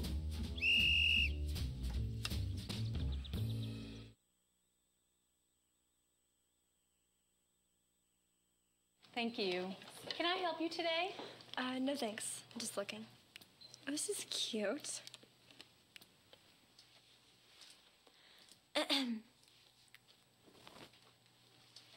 So? Too tight. You wouldn't do it there. So, don't do it here. Sportsmanship. It's up to you. Like they're the fashion police.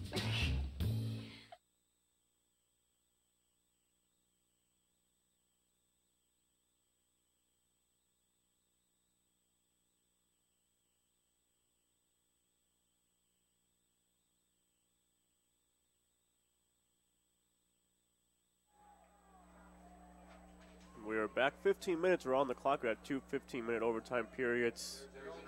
And it is golden goal. They've already done the coin flip to see who gets possession to start this.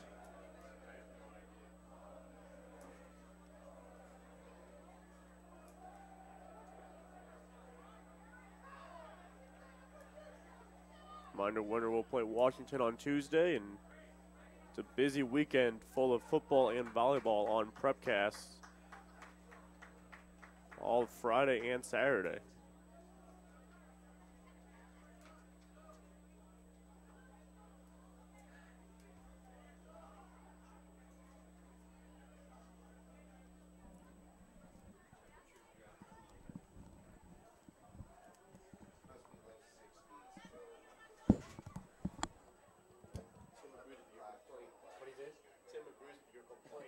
Ask him if he can review my complaint.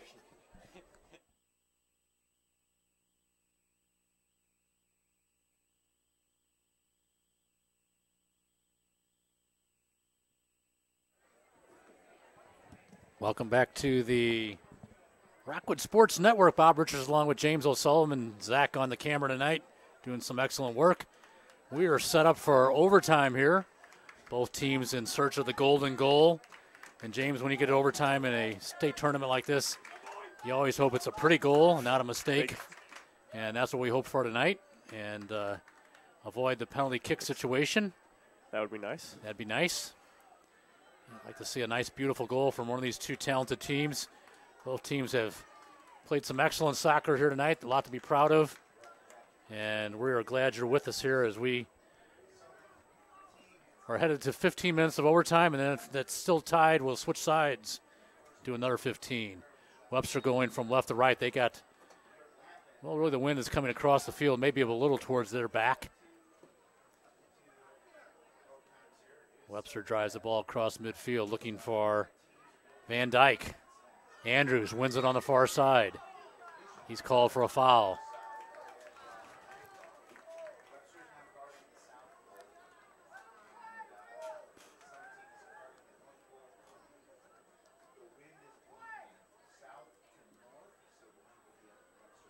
Ball put back into play on the restart by the Falcons.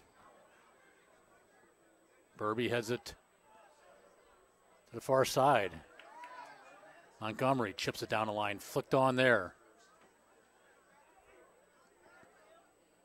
Ball still in the air. This foul is going to be called here against Webster, and this will be interesting here, James, as the referee unfortunately has to have to do a lot of explanation tonight, which I don't really think should be necessary. These players should just back off unless you're the team captain, which maybe would earn you the right to talk to the referee. Too much discussion with the referee, in Bob's opinion. About 18 yards out. Salentrop over the ball. Can be a conversation with the coach, I think. Yeah. The referee walks over to talk to Cashel. Actually, it's Billy Hensey over the ball on the far side, the number 21. You got to figure this is a shot from Hensey. The referee speaking with Coach Cashel.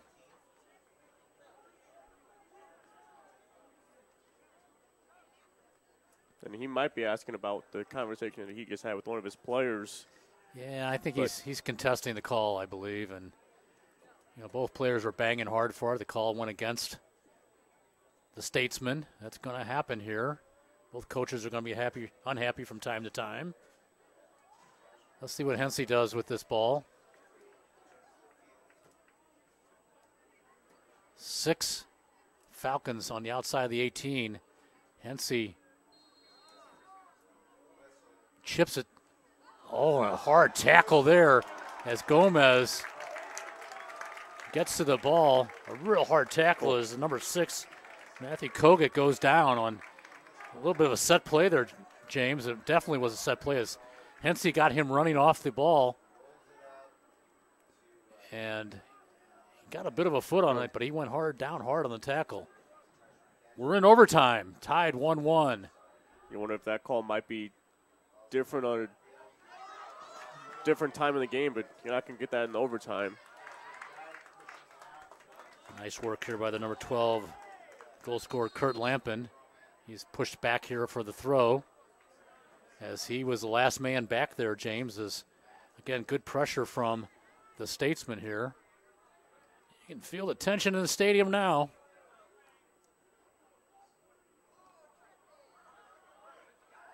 Foul's going to go against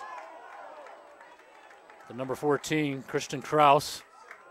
And some fans aren't liking because I think Hensey was tripped up beforehand, but he still maintained possession of the ball, so he played advantage.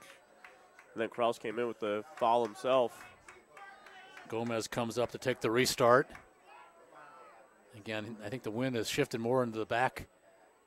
It's in the favor of Webster here, and he drives the ball well down the field. Flicked in by Andrews right to the keeper. Van Slyke was a couple feet behind that. If they put it more into the middle of the box, Van Slyke probably would have been able to, or Van Dyke rather. Yeah, the wind definitely is coming out of the southwest here in the favor of the Statesman. We're in overtime, 1-1. Ball flicked on by Burby.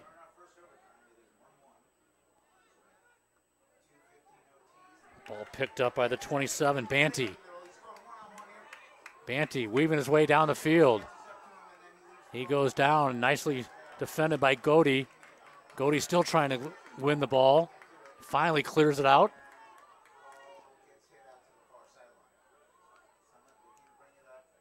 Ball cleared into the Summit bench by Webster. 11:15 remaining in this first overtime. Salentrop throws it down the field.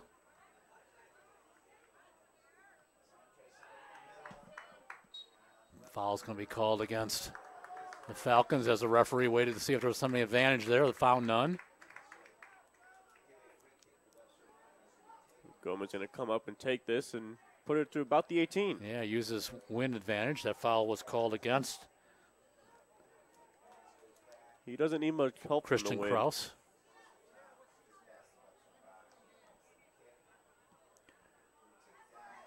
Long drive from the keeper. Flicked on for a corner kick. Off the head of Zane Zabber, who was unable to get high enough to head it clear. It goes off his head, James, for a corner kick. Looks like Schwager running over to take it. I think the number 5. It looks like it. Webster has not had many corners in this game. Every set piece now is dangerous. It is dangerous. Punched by the keeper. Cleared by the Falcons. But James, both teams' substitutions up off their benches, supporting their teammates on the field.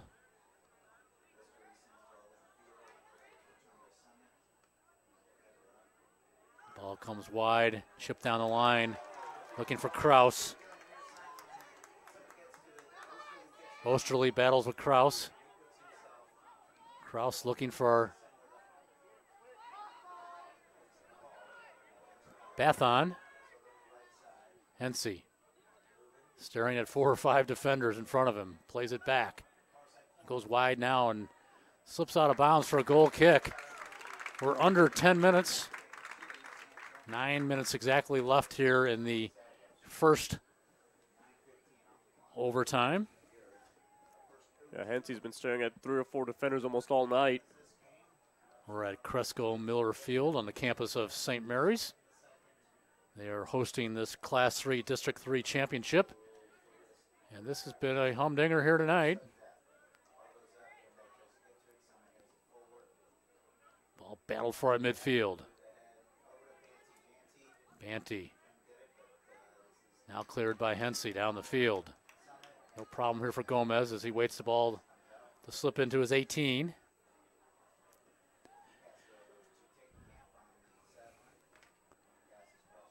Osterley. Back to Tegenkamp.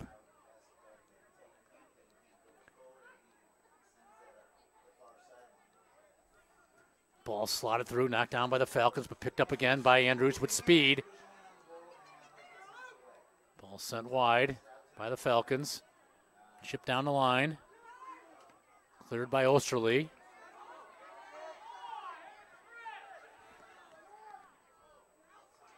Hensey sends the ball down the line. Sabbert tries to cut the ball back, and out of bounds it goes. So we're going to have a throw in. You know who? Yeah, he's got to come over on this one. Sullentrop will come over from his right wingback position to the left touchline here, deep in the Webster territory here. Webster's going to put a man on him, James, to see if they can get him to throw the ball high rather than a line drive, which is a good defensive idea. Which they've tried pretty much all night long. Let's see how this shakes out. Here's the throw. Gomez skies to pull that one down.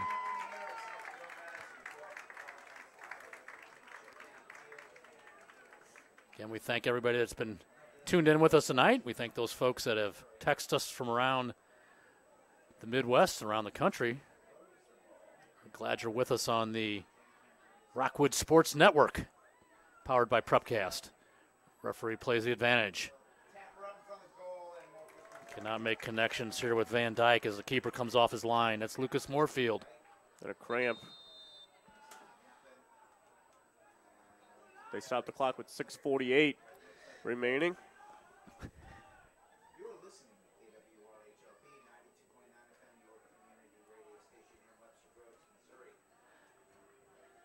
The referee walks over to get a read on the player that has cramped up here.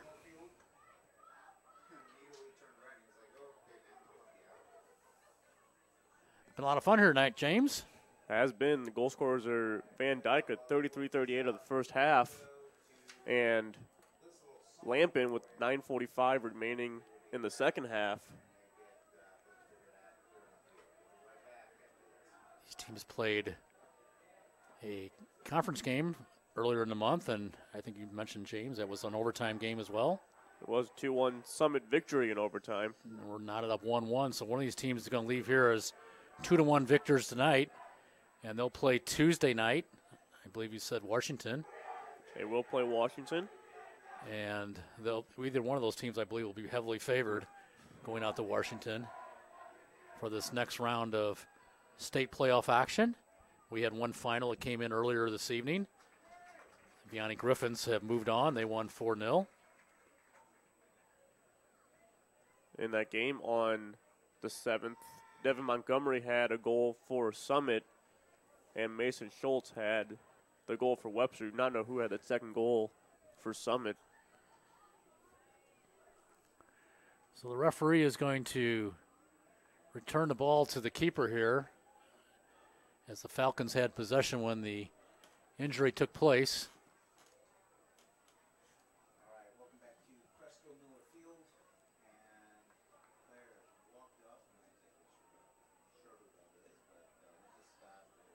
And it looks like Godey, who was an important part of that defense there. James, as he goes over to see if they can get him back on the field. They're going to need him as they try and work this cramp out of him. He is a big part of that Falcon defense. Picked up here by Banty. Keeper off his line, no problem there. Hensey was one of the defenders back there as well, so he might have moved back. Instead of the attack he made, almost just midfielder. Yeah, Hensey looks like he's dropped back into one of the central defending positions here. Ball cleared by Salentrop, looking for a deflection. Call goes back to the Statesman.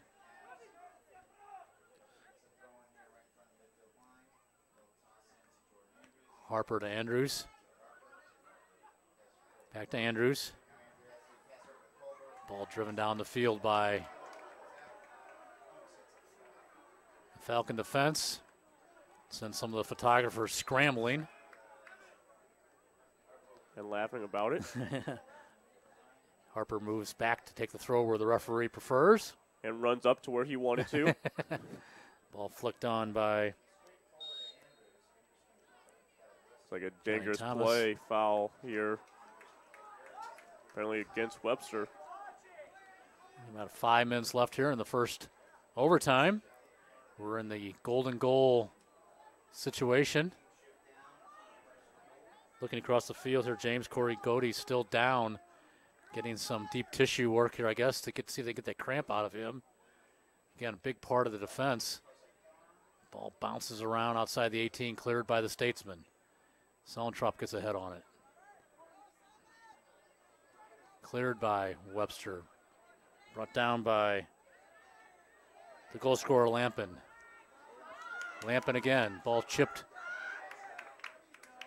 to the right side, but headed out by Webster, and they look to counter.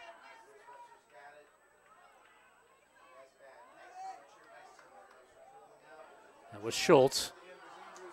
Schultz looking for Andrews. Just missed connections there. Hensey drives it down the line. Finds Sabbert. Sabbert with some room. Ball skips off the keeper momentarily. Gomez retrieves the ball before it can get too far away from him. Gomez brings it to top of his 18, puts it to ground, drives the ball 3/4 of the length of the field. Flicked on by Van Dyke. Picked up by the keeper. 3:40 remaining in this first overtime.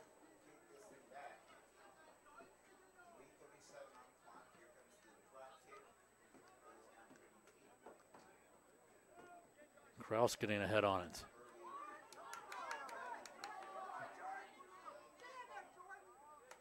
Ball knocked out of bounds by Lampin. Harper with a throw. Lampin gets ahead on it, as does Johnny Thomas. Foul's going to go against Thomas. Take your time, gets up and set up here. We'll see how Webster plays it.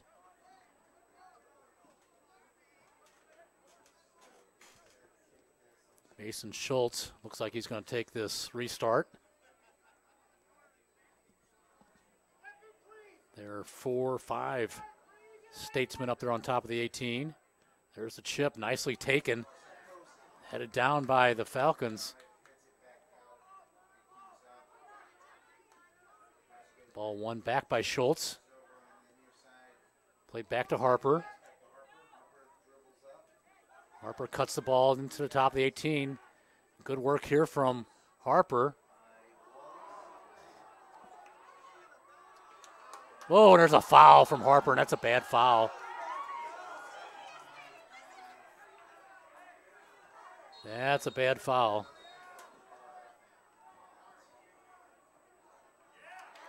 And actually, the fouls, now the caution is going to be given to the player that was taken down. That's Zane Sabbert. And really The card could have went the other way, Right. James. I believe that's 4 different players on a yellow right now. Yeah, he gets popped with a yellow after he went down heavy. 2:03 on the clock. I believe it's Sabert and Bathon for Summit, with Tegenkamp and Burby, the yellows for Webster. Andrews with the throw. Looking for Van Dyke. Ball headed out of bounds by Drayton Pohl. Quick throwing, a little bit of surprise. I was It's going gonna to be say foul throwing. You don't see that very often. Not at this level. I think might have saw one like a few weeks ago. They said the foot slightly lifted. They said that he didn't come over his head on this one. Yeah, I say he threw it in from the side. As Christian Kraus leaves, number 14. He's replaced by the player that was down in with cramps, Corey Godey. Glad to see him back, I guess. Absolutely, For sure. yeah. I guess, absolutely, for sure. That'll get Hensey back up into his attacking mid position. 1 minute left in this first overtime period. Van Dyke. Ball picked up by Bathon. Foot race down the far side. Knocked out of bounds. Throw goes back to Webster. It just slid off the foot of Summit. I thought it was going to be a Summit throw. Yeah, that would have been dangerous here in the last minute, but the throw goes to the Statesman.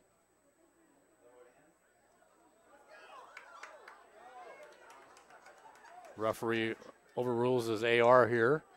We've got 25 seconds left. Enough time for a long throw. This will be Sullentrop. His long throw in the second half ultimately culminated in a tying goal. It's a one-hopper. Headed down.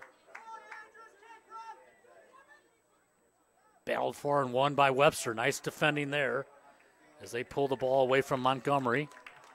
And James, that's going to do it. The first overtime has expired. We go into the second 15 here. Knotted up at 1-1. You're listening to Championship Soccer on the Rockwood Sports Network, powered by Prepcast.com. Looking to get that extra 10%. Reach the next level with Athletic Republic. Athletic Republic is science-based performance sports training, delivering intense, position-specific one-on-one training. Stop working out and start training. Visit your local Athletic Republic training center today. Athletic Republic, where athletes who give 110% get the extra 10%.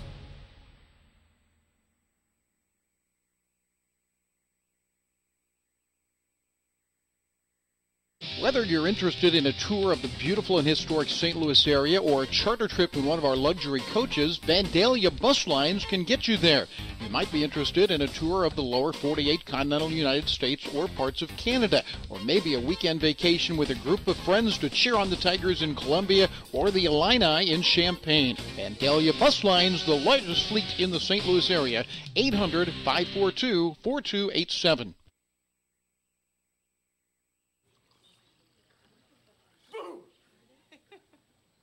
Hey, where you going? Can't get by me. I'm number 1 in this class. I rule this lab. I'm number 1. Hey, I don't think so. Yes! Winner! I am the king! Woo! You wouldn't do it there. So, don't do it here. Sportsmanship. It's up to you. What? Jerk. Thank you. Can I help you today? No thanks. I'm just looking. Oh, this is cute.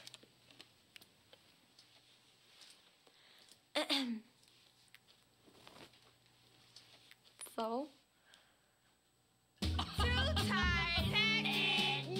You wouldn't do it there. So, don't do it here. Sportsmanship. It's up to you. Like they're the fashion police.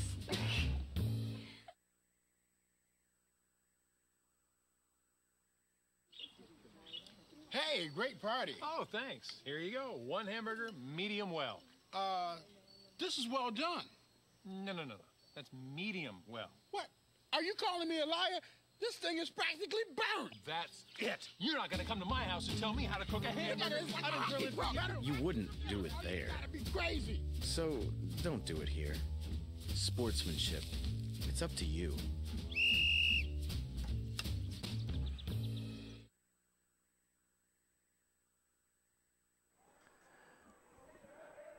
Welcome back to St. Mary's High School. We're at the Cresco Miller Field on the campus here of St. Mary's, and this is the district final, Class 3, District 3, between two teams that are obviously very familiar with each other from the same conference. The Webster Groves Statesmen and the Summit Falcons all tied up after 80 minutes of regular time and 15 minutes of extra time.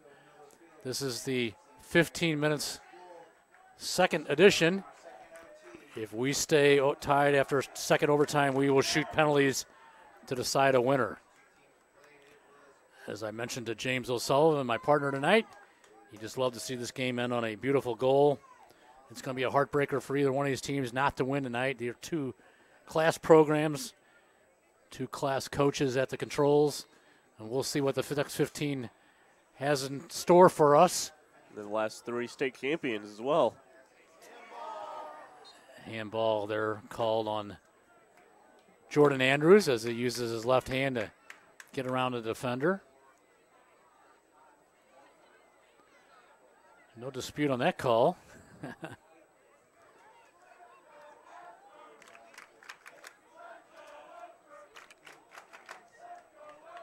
Lucas Moorfield puts it back into play for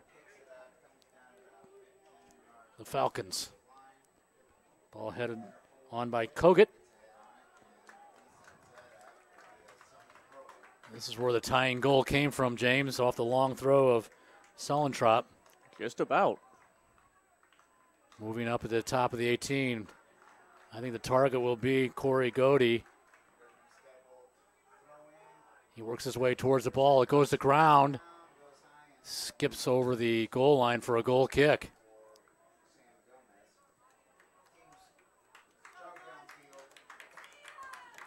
Nice crowd here tonight. Huge crowd here. A lot of people watching this one as well. Again, we thank you for joining us here on the Rockwood Sports Network. We thank the administration and the folks at Rockwood for sponsoring this game tonight. We got quite a match here. There's a block. Gomez tries to release the ball, and it ricochets off of Hensey and goes for a goal kick. Hensey had been lurking around, James, all night long, seeing if he could get an opportunity. That would have been quite a way to end this one. There would have been a lot of commotion on the field. That's all I can say.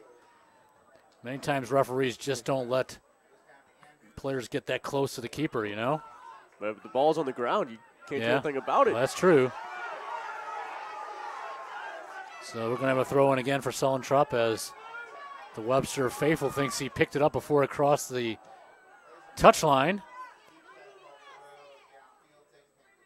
Tegenkamp gets ahead on the ball. Flicked on to Andrews. Ball won by Montgomery. His pass picked off here by Harper. Ball headed wide. Ball skips out of bounds. The throw-in is going to go back to Webster. We're early in the second overtime period. About 12 minutes left. We're in, obviously, golden goal time here tonight. Next goal will be a district championship for one of these teams and the end of the season for the other. Going over there to take the throw is Corey Doty. He's got quite a long throw himself. Ball headed on there, picked up by Hensey. He's got a player on his right here. It's Kogut. Kogut ships it wide. Webster scrambling to get back. A shot right at Gomez. Came off the foot. I look at Johnny Thomas, I believe. Here's Andrews. With speed. Nice slide tackle there by Sullentrop. Referee's going to allow a substitution here.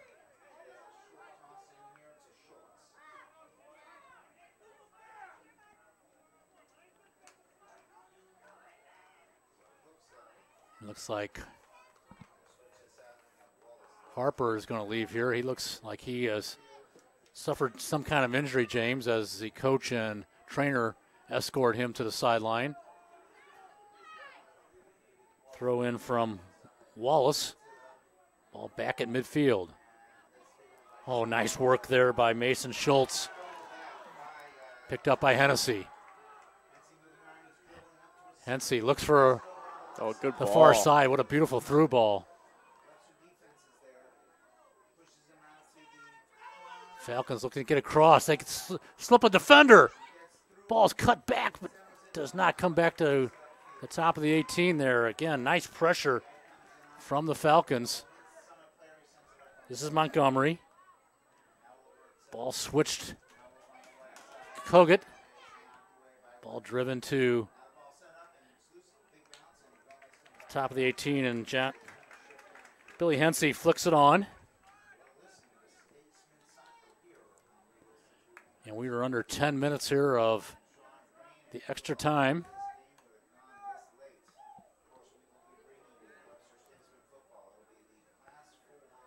Ball battled for at midfield.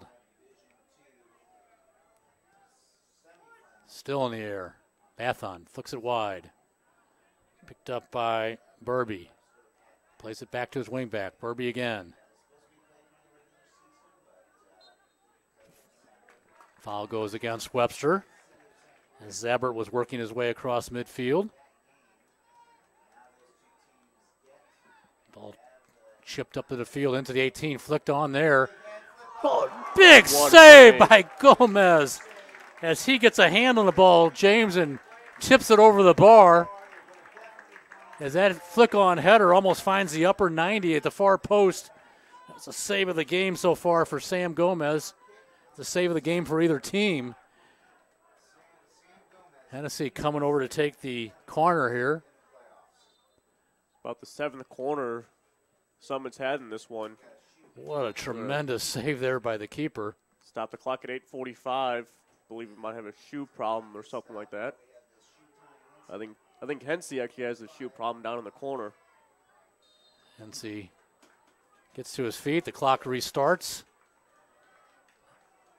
Falcons with a player on the keeper, on Gomez. 6 players at the 18. Ball driven across, headed out nicely. I believe that was Van Dyke who got a head on it. Ball driven across the field, out of bounds. A lot of the crowd on their feet here. Sullentrop goes over to take the long throw. Target has to be Corey Goody. Goody looking for the ball there.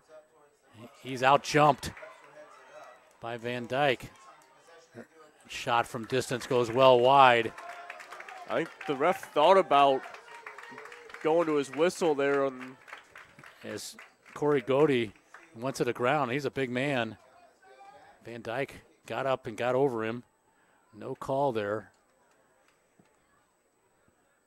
7:40 left in the second overtime. Gomez with a tremendous save here in the second overtime here. Keeps this game alive. There's the throw. Montgomery. His pass picked off. Culver looking for Andrews. His pass gets away from him. No problem for the keeper.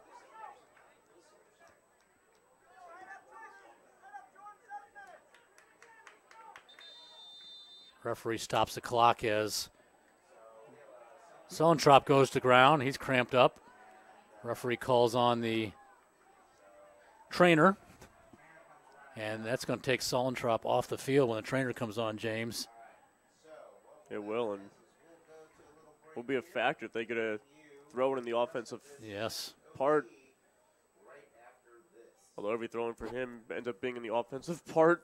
We'll see what Coach Kapler has in mind here, he'll have to shift his final four around here, the back four, as the throw-in specialist, Sullentrop, has gone to ground with a cramp. So he's going to have to leave the field. We'll see how things shake out here. You wonder if Billy Hensey might drop back again.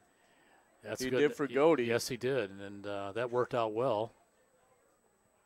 There's another cramp on the other 30-yard line as well. Yeah, another player down for the Falcons. What a well-played game, James, between two very good teams, two good programs. Both teams very familiar with each other. They're both out of the same conference. It's been quite a match here tonight, as we said a couple of times at the beginning of the program tonight, that the state championship team has come out of these two teams the last 3 years. Twice for Webster and once last year for the Falcons. So it's been a competitive district, to say the least. It's also been the team that has beaten St. Mary's has gone on to win the state title. Yes, they have. So if you're going to go with that philosophy, it's a good sign for your Webster Groves fan. I don't know if I see the connection, but it all sounds good. I believe that's been the case the last 3 years. Well, that's St. true. Mary's has lost to the state champion, and that's true. Webster beat St. Mary's Tuesday night. So I could certainly see either one of these teams going the rest of the way. There's no doubt about it. They both got a lot of talent. Referee restarts the clock. I believe that was number 6, Matthew Kogut, the other one that was getting stretched out. So what do we see in the backfield here? The number 12 came on. Lampin is at the wingback position now. And Hensey stays up top in his midfield position. Hensey wins the ball. Lays it off. The ball's going to skip off a defender, and this is going to go for a corner kick. The shot came off the foot of Johnny Thomas. So there's another set piece here for the Falcons, James, and they've really just piled up here as this game has gone along between the long throws of Sullentrop and the corner kicks. Webster has really had to defend mightily against the set pieces. They have Hensey going to take this one again. Godey will be the target. Here it comes. The ball is headed past the post. No danger there for the Statesmen and their keeper, Sam Gomez, who made a terrific stop earlier in this overtime to keep this game alive, keep his team on the field. We're closing in on 5 minutes left of overtime action as Gomez gets ready to put this ball back into play.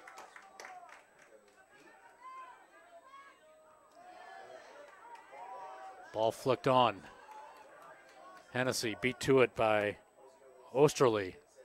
Osterley drives the ball out of bounds at midfield. Referee stops the clock. More cramping. We got a player down again for Webster.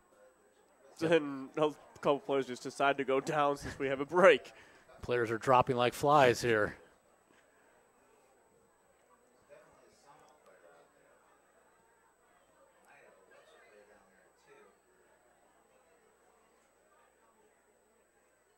What if you and I in the broadcast booth go down with a cramp? we could. It could happen. Might be a mouth cramp instead of a leg cramp, but I've been on my feet since what time? I don't know. Right.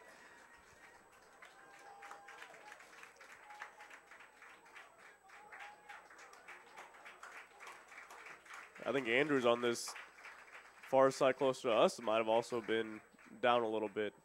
Looks like we're going to have a water break. Looks like the referees are going to give both teams the opportunity to get some hydration in them because they were going down right and left here with cramping. Yeah, I think that's a smart move to protect the athlete's health here. You know, it's certainly not, the heat's not oppressive, but the amount of time they've logged on the field tonight, it's over the top. About 105 minutes or so far. Math's right. Math was never my strength. Somehow I got through college with a limited amount of math. That's what the social science degrees will do for you. 2 40s and then a 25. So you got 80 plus 25. So appears to be about 105. It's been fun. We've had a good one here tonight from St. Mary's. In the Class 3 District 3 Championship. Again, this game is being presented to you by the Rockwood Sports Network. And again, we thank them for their support of the beautiful game.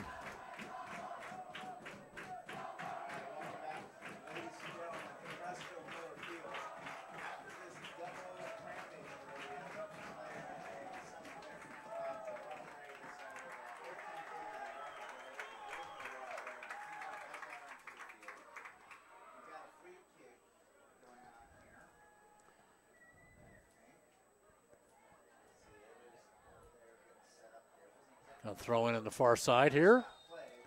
Referee puts the play back in action. Sullentrup back on the field, apparently. Launches a moonshot from halfway down the field. Tries to hold it in. The ball skips out of bounds. Throw goes back to the Falcons, so we'll do it again. We're under 5 minutes here of overtime. Falcons get players up into the 6-yard box area. Ball skips in there, goes to ground. There's a shot. Another one off the crossbar. Yeah, that one hit the standard football. As Summit comes very close to finishing this game off. And again, the long throw was the ignition behind the shot. Shot came off of the foot of Chris Bathon. And he would have been the hero here tonight, James, big time. Gomez drives it down the field. Ball bounces to the goal scorer, Jack Van Dyke. Van Dyke to Andrews. Montgomery clears it wide, knocked down at midfield by Banty. Banty again. Rockwood intercepts. Webster wins the 50-50 here. They chip it down the line, headed back. Ball going back and forth here between teams. And there's a foul here against the Statesman. 3:20 left here, James, and the clock is becoming a factor as Sullentrup gets back onto the field. Yeah, we have one fan that's enjoying our broadcast and says we can do stand-up comedy if the broadcasting doesn't work out. Well, you got to have fun with what you're doing, right? If you're having fun, are you really working? You can't have fun. Find somebody else to do it, right? Here comes the restart. Deep into the 18. Gomez. Rick is above 2 players. Stretches out, as you described accurately there, James, over the head of 2 players and pulls that ball down. Nicely done by the keeper. The senior keeper has had quite a overtime here for. He might score from this spot. Yeah, he drives the ball down the field past Montgomery here. Gomez does have a goal this season, so maybe it was his plus. Here's Hensey, like one-on-one. And they collapse on him, 4 players. Ball is stolen away from him, and a foul's called as Hensey goes down. This will be interesting. Let's see what Hensey's going to do here. The referee has stopped. Hensey saying, no, I'm fine, I don't need. If he stops the clock, he may have to leave if the referee thinks he's injured. I mean, that's why Hensey quickly got up and trying to. And he cramps up. And now it looks like Andrews is cramping up and Kogut's cramping up. This is quite a scene here as these players battle the fatigue of a well-played, hard match here tonight. 80 minutes of regular time, 2 15-minute overtimes. We're down to the last 2:18 left. Hensey looking for the 10 yards here from the referee who steps it off. Billy Hensey headed to Loyola. Division I next year. 25 yards out. Quite a career. He's 25 yards out. Shot! Oh! Big stop! Gomez goes to his left, snatches the ball as Hensey looked to end this one. And he would have. What a save by the keeper. That's kind of the first time Hensey's taken a shot on these set pieces. He's getting a lot of chipping so far tonight. Yeah, he was in the, I think, main target line there. He was in the sweet spot. 1:45 on the clock, and more subs coming in. You got substitutions coming in here for the Statesmen here. The clock continues to run. Andrews to take the throw. Jordan Andrews with a long throw. Ball skips off the head of the Falcons. Montgomery. So we're going to get another long throw here, James. Yeah, this one from Andrews. Yeah, and this could be dangerous. Andrews with a long throw. It's headed out. I think Godey got a head on that one. Cleared by Summit to midfield. Osterley drives the ball deck down the field. Snagged by the keeper, Lucas Moorfield. We're under a minute. Who hasn't had to do a whole lot in the second half in these overtimes. No, he has not.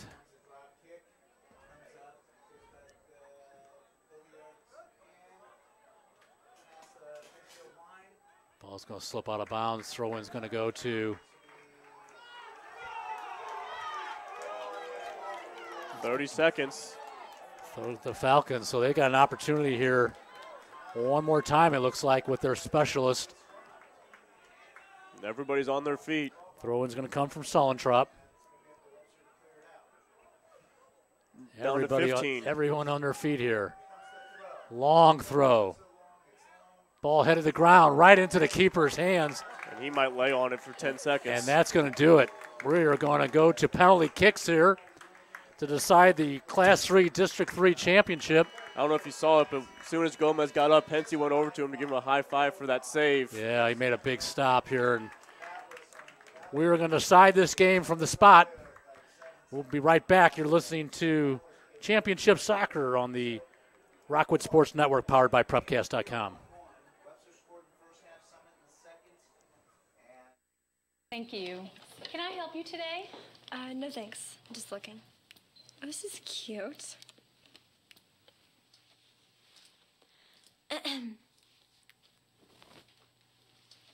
So? You wouldn't do it there. So, don't do it here. Sportsmanship. It's up to you. Like they're the fashion police.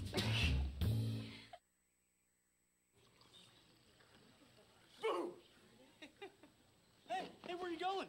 Can't get by me. I'm number one in this class. I rule this lab. I'm number one. Hey, I don't think so. Yes! Winner! I am the king! Woo! You wouldn't do it there. So, don't do it here. Sportsmanship. It's up to you. What? Jerk.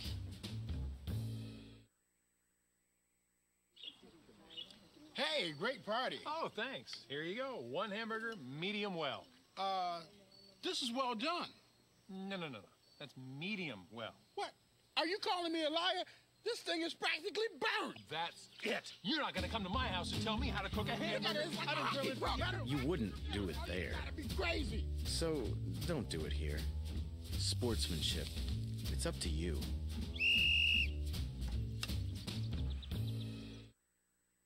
Whether you're interested in a tour of the beautiful and historic St. Louis area or a charter trip in one of our luxury coaches, Vandalia Bus Lines can get you there. You might be interested in a tour of the lower 48 continental United States or parts of Canada, or maybe a weekend vacation with a group of friends to cheer on the Tigers in Columbia or the Illini in Champaign. Vandalia Bus Lines, the largest fleet in the St. Louis area, 800-542-4287. Are you looking to get that extra 10%? Reach the next level with Athletic Republic. Athletic Republic is science-based performance sports training, delivering intense, position-specific, one-on-one training. Stop working out and start training. Visit your local Athletic Republic Training Center today. Athletic Republic, where athletes who give 110% get the extra 10%.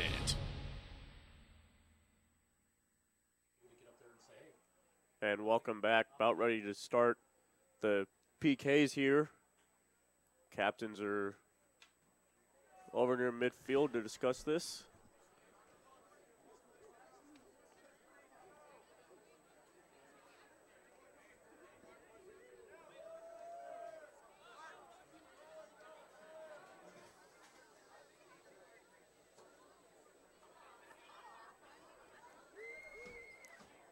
Yeah, there's a flip of the coin here to decide who will shoot first here. And this is exciting for the fans, high tension for the players.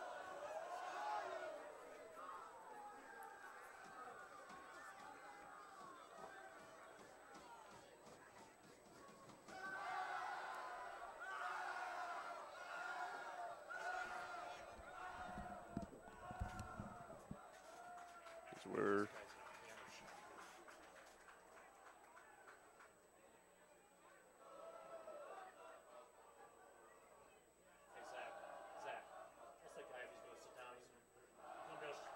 You'll be able to see the goal, right? You'll be fine. still waiting to. I don't know. We'll see. We're going to shoot this way.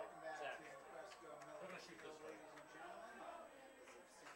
Both teams will shoot that way. Looks like we'll shoot down to our right.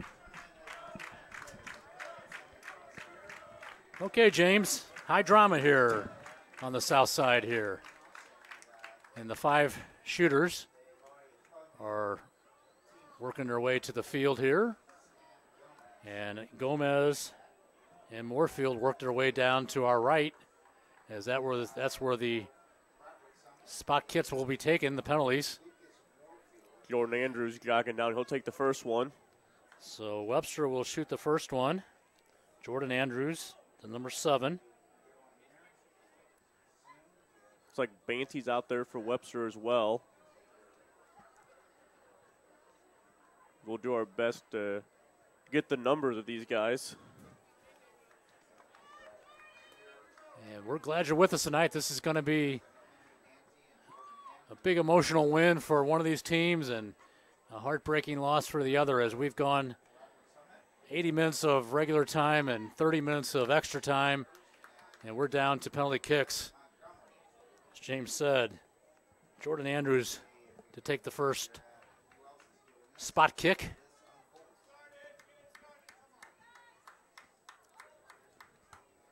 We'll await the referee's signal, and James, here we go.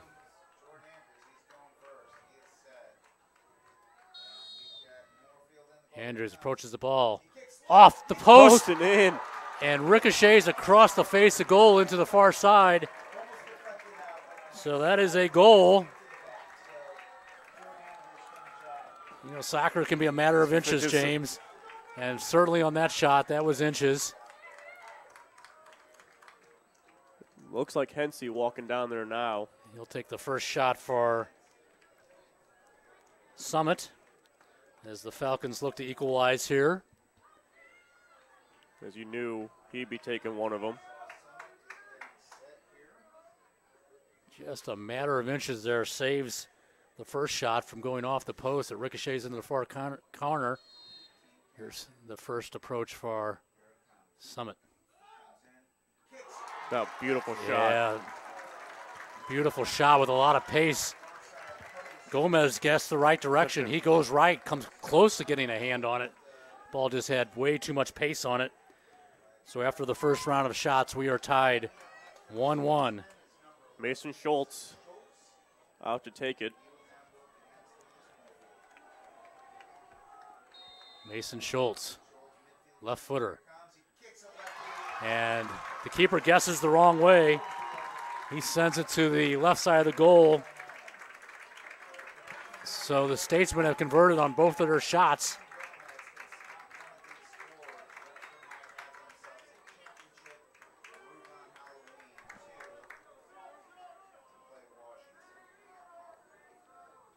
This 2, Goody.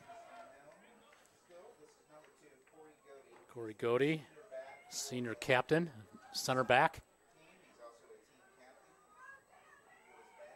Gomez bouncing along that goal line. Here's a shot. Oh, beautiful. Beautifully taken in the upper 90 to Gomez's right, so we're knotted up at 2. And no keeper's going to stop these shots that Summit's taken, both by Goody and Hensey. And Gomez is going the right way. But look, it's in the right spot. He can't get to him. Jack Van Dyke, the goal scorer tonight, quickly takes it. He buries it. Keeper guessed the right direction, but that one had way too much pace on him for him to catch up with it. As Van Dyke just buries it. Summit looking to match here. The Falcons are sending up number. I'm looking for the number. Looks like 8. It does look like 8. Yep, that's Devin Montgomery. He's a senior midfielder. It is Montgomery. Here's the shot. Gomez goes to his right. Montgomery slots it to the left. So we are 3-3 after 3 rounds. And Gomez has gone to his right every time. And Gomez is going to take it this time. Well, we know he's got a leg. Doesn't need power on this one. He just needs placement. Gomez, the keeper, takes a shot. Oh. He tears the net off the frame. He just blasts it past the keeper. No problem there. Webster will have to match here to keep this tied. I wonder if the Statesman football Summit will have to match here to keep this tied. It's 4-3.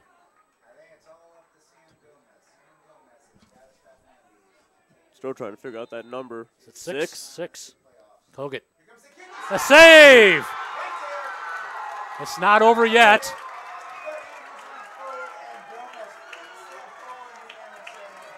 It's 4-3 after 4 rounds.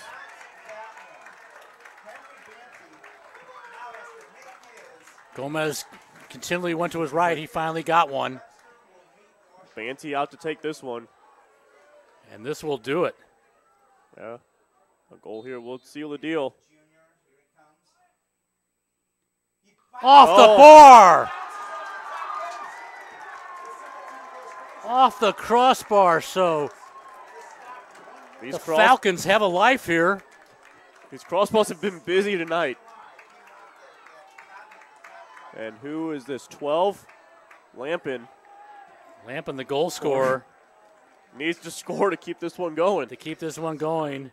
That would knot it up at 4-4 after the 5 shots here. Gomez bouncing across his goal line.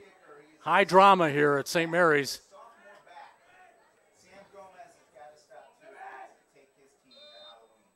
Here comes the shot. And a goal! So we are knotted up after a round of 5 shots, so we're going to go to sudden death.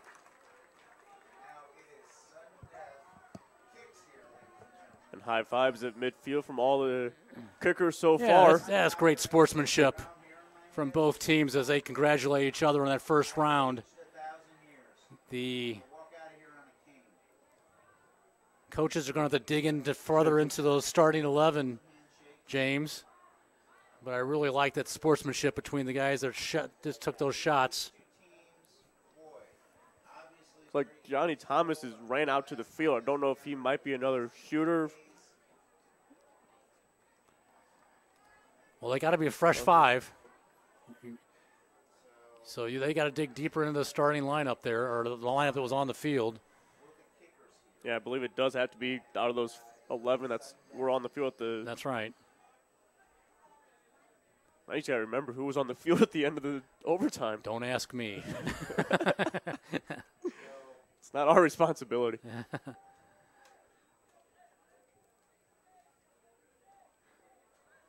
This is quite the game, folks. I'm glad you're with us tonight. We are going to the 6th round of spot kicks. We've seen the keeper for Webster Gomez take one of the first 5. Webster sends their next player up to take the kick. And that looks to be, is that 12? That looks, it might be 12, and 12 we don't actually have on the roster. It's Campbell. He scores. And he goes the opposite direction from the keeper. Campbell goes to the right. Keeper goes to the right. Campbell goes to the left. So Summit's got to score to keep this going. Number 11. That was 42, not 12. So That's it was right, Chris 42. Campbell. Falcons looking to match here. We're in the 6th round of penalty kicks.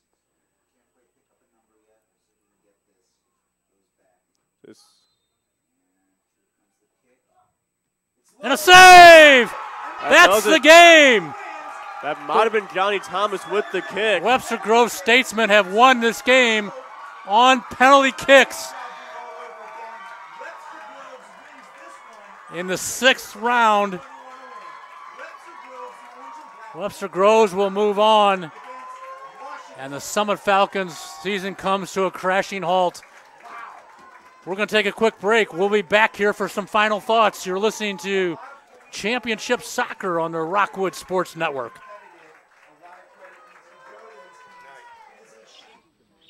Hey, great party. Oh, thanks. Here you go. 1 hamburger, medium well. This is well done. No.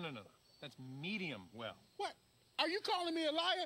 This thing is practically burnt. That's it. You're not going to come to my house and tell me how to cook a hamburger. You wouldn't do it there. That'd be crazy. So don't do it here. Sportsmanship. It's up to you.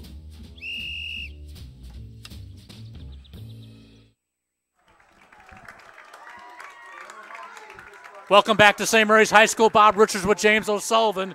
And you see the celebration on the field here from the Webster Grove Statesmen and their supporters here.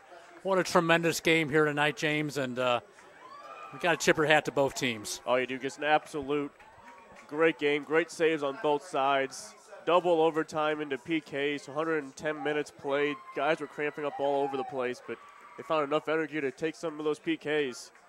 Yep, you hate to see anybody lose a game as well played as this one was tonight. The Statesmen of Webster Groves will go on to the next round on Halloween night. They go to Washington, and a tremendous season for the Summit Falcons. And Coach Chris Kapler comes to a crashing halt tonight, and they lose here in the district finals on penalty kicks. So that's going to do it this evening from St. Mary's High School. We're glad you joined us tonight, and thank you to the Rockwood Sports Network for having us here. And thank all the fans for watching. We had a huge crowd watching. A huge crowd watching tonight. We thank you for all the text messages and watching this match. Have a nice evening, and we'll see you deeper in the playoffs.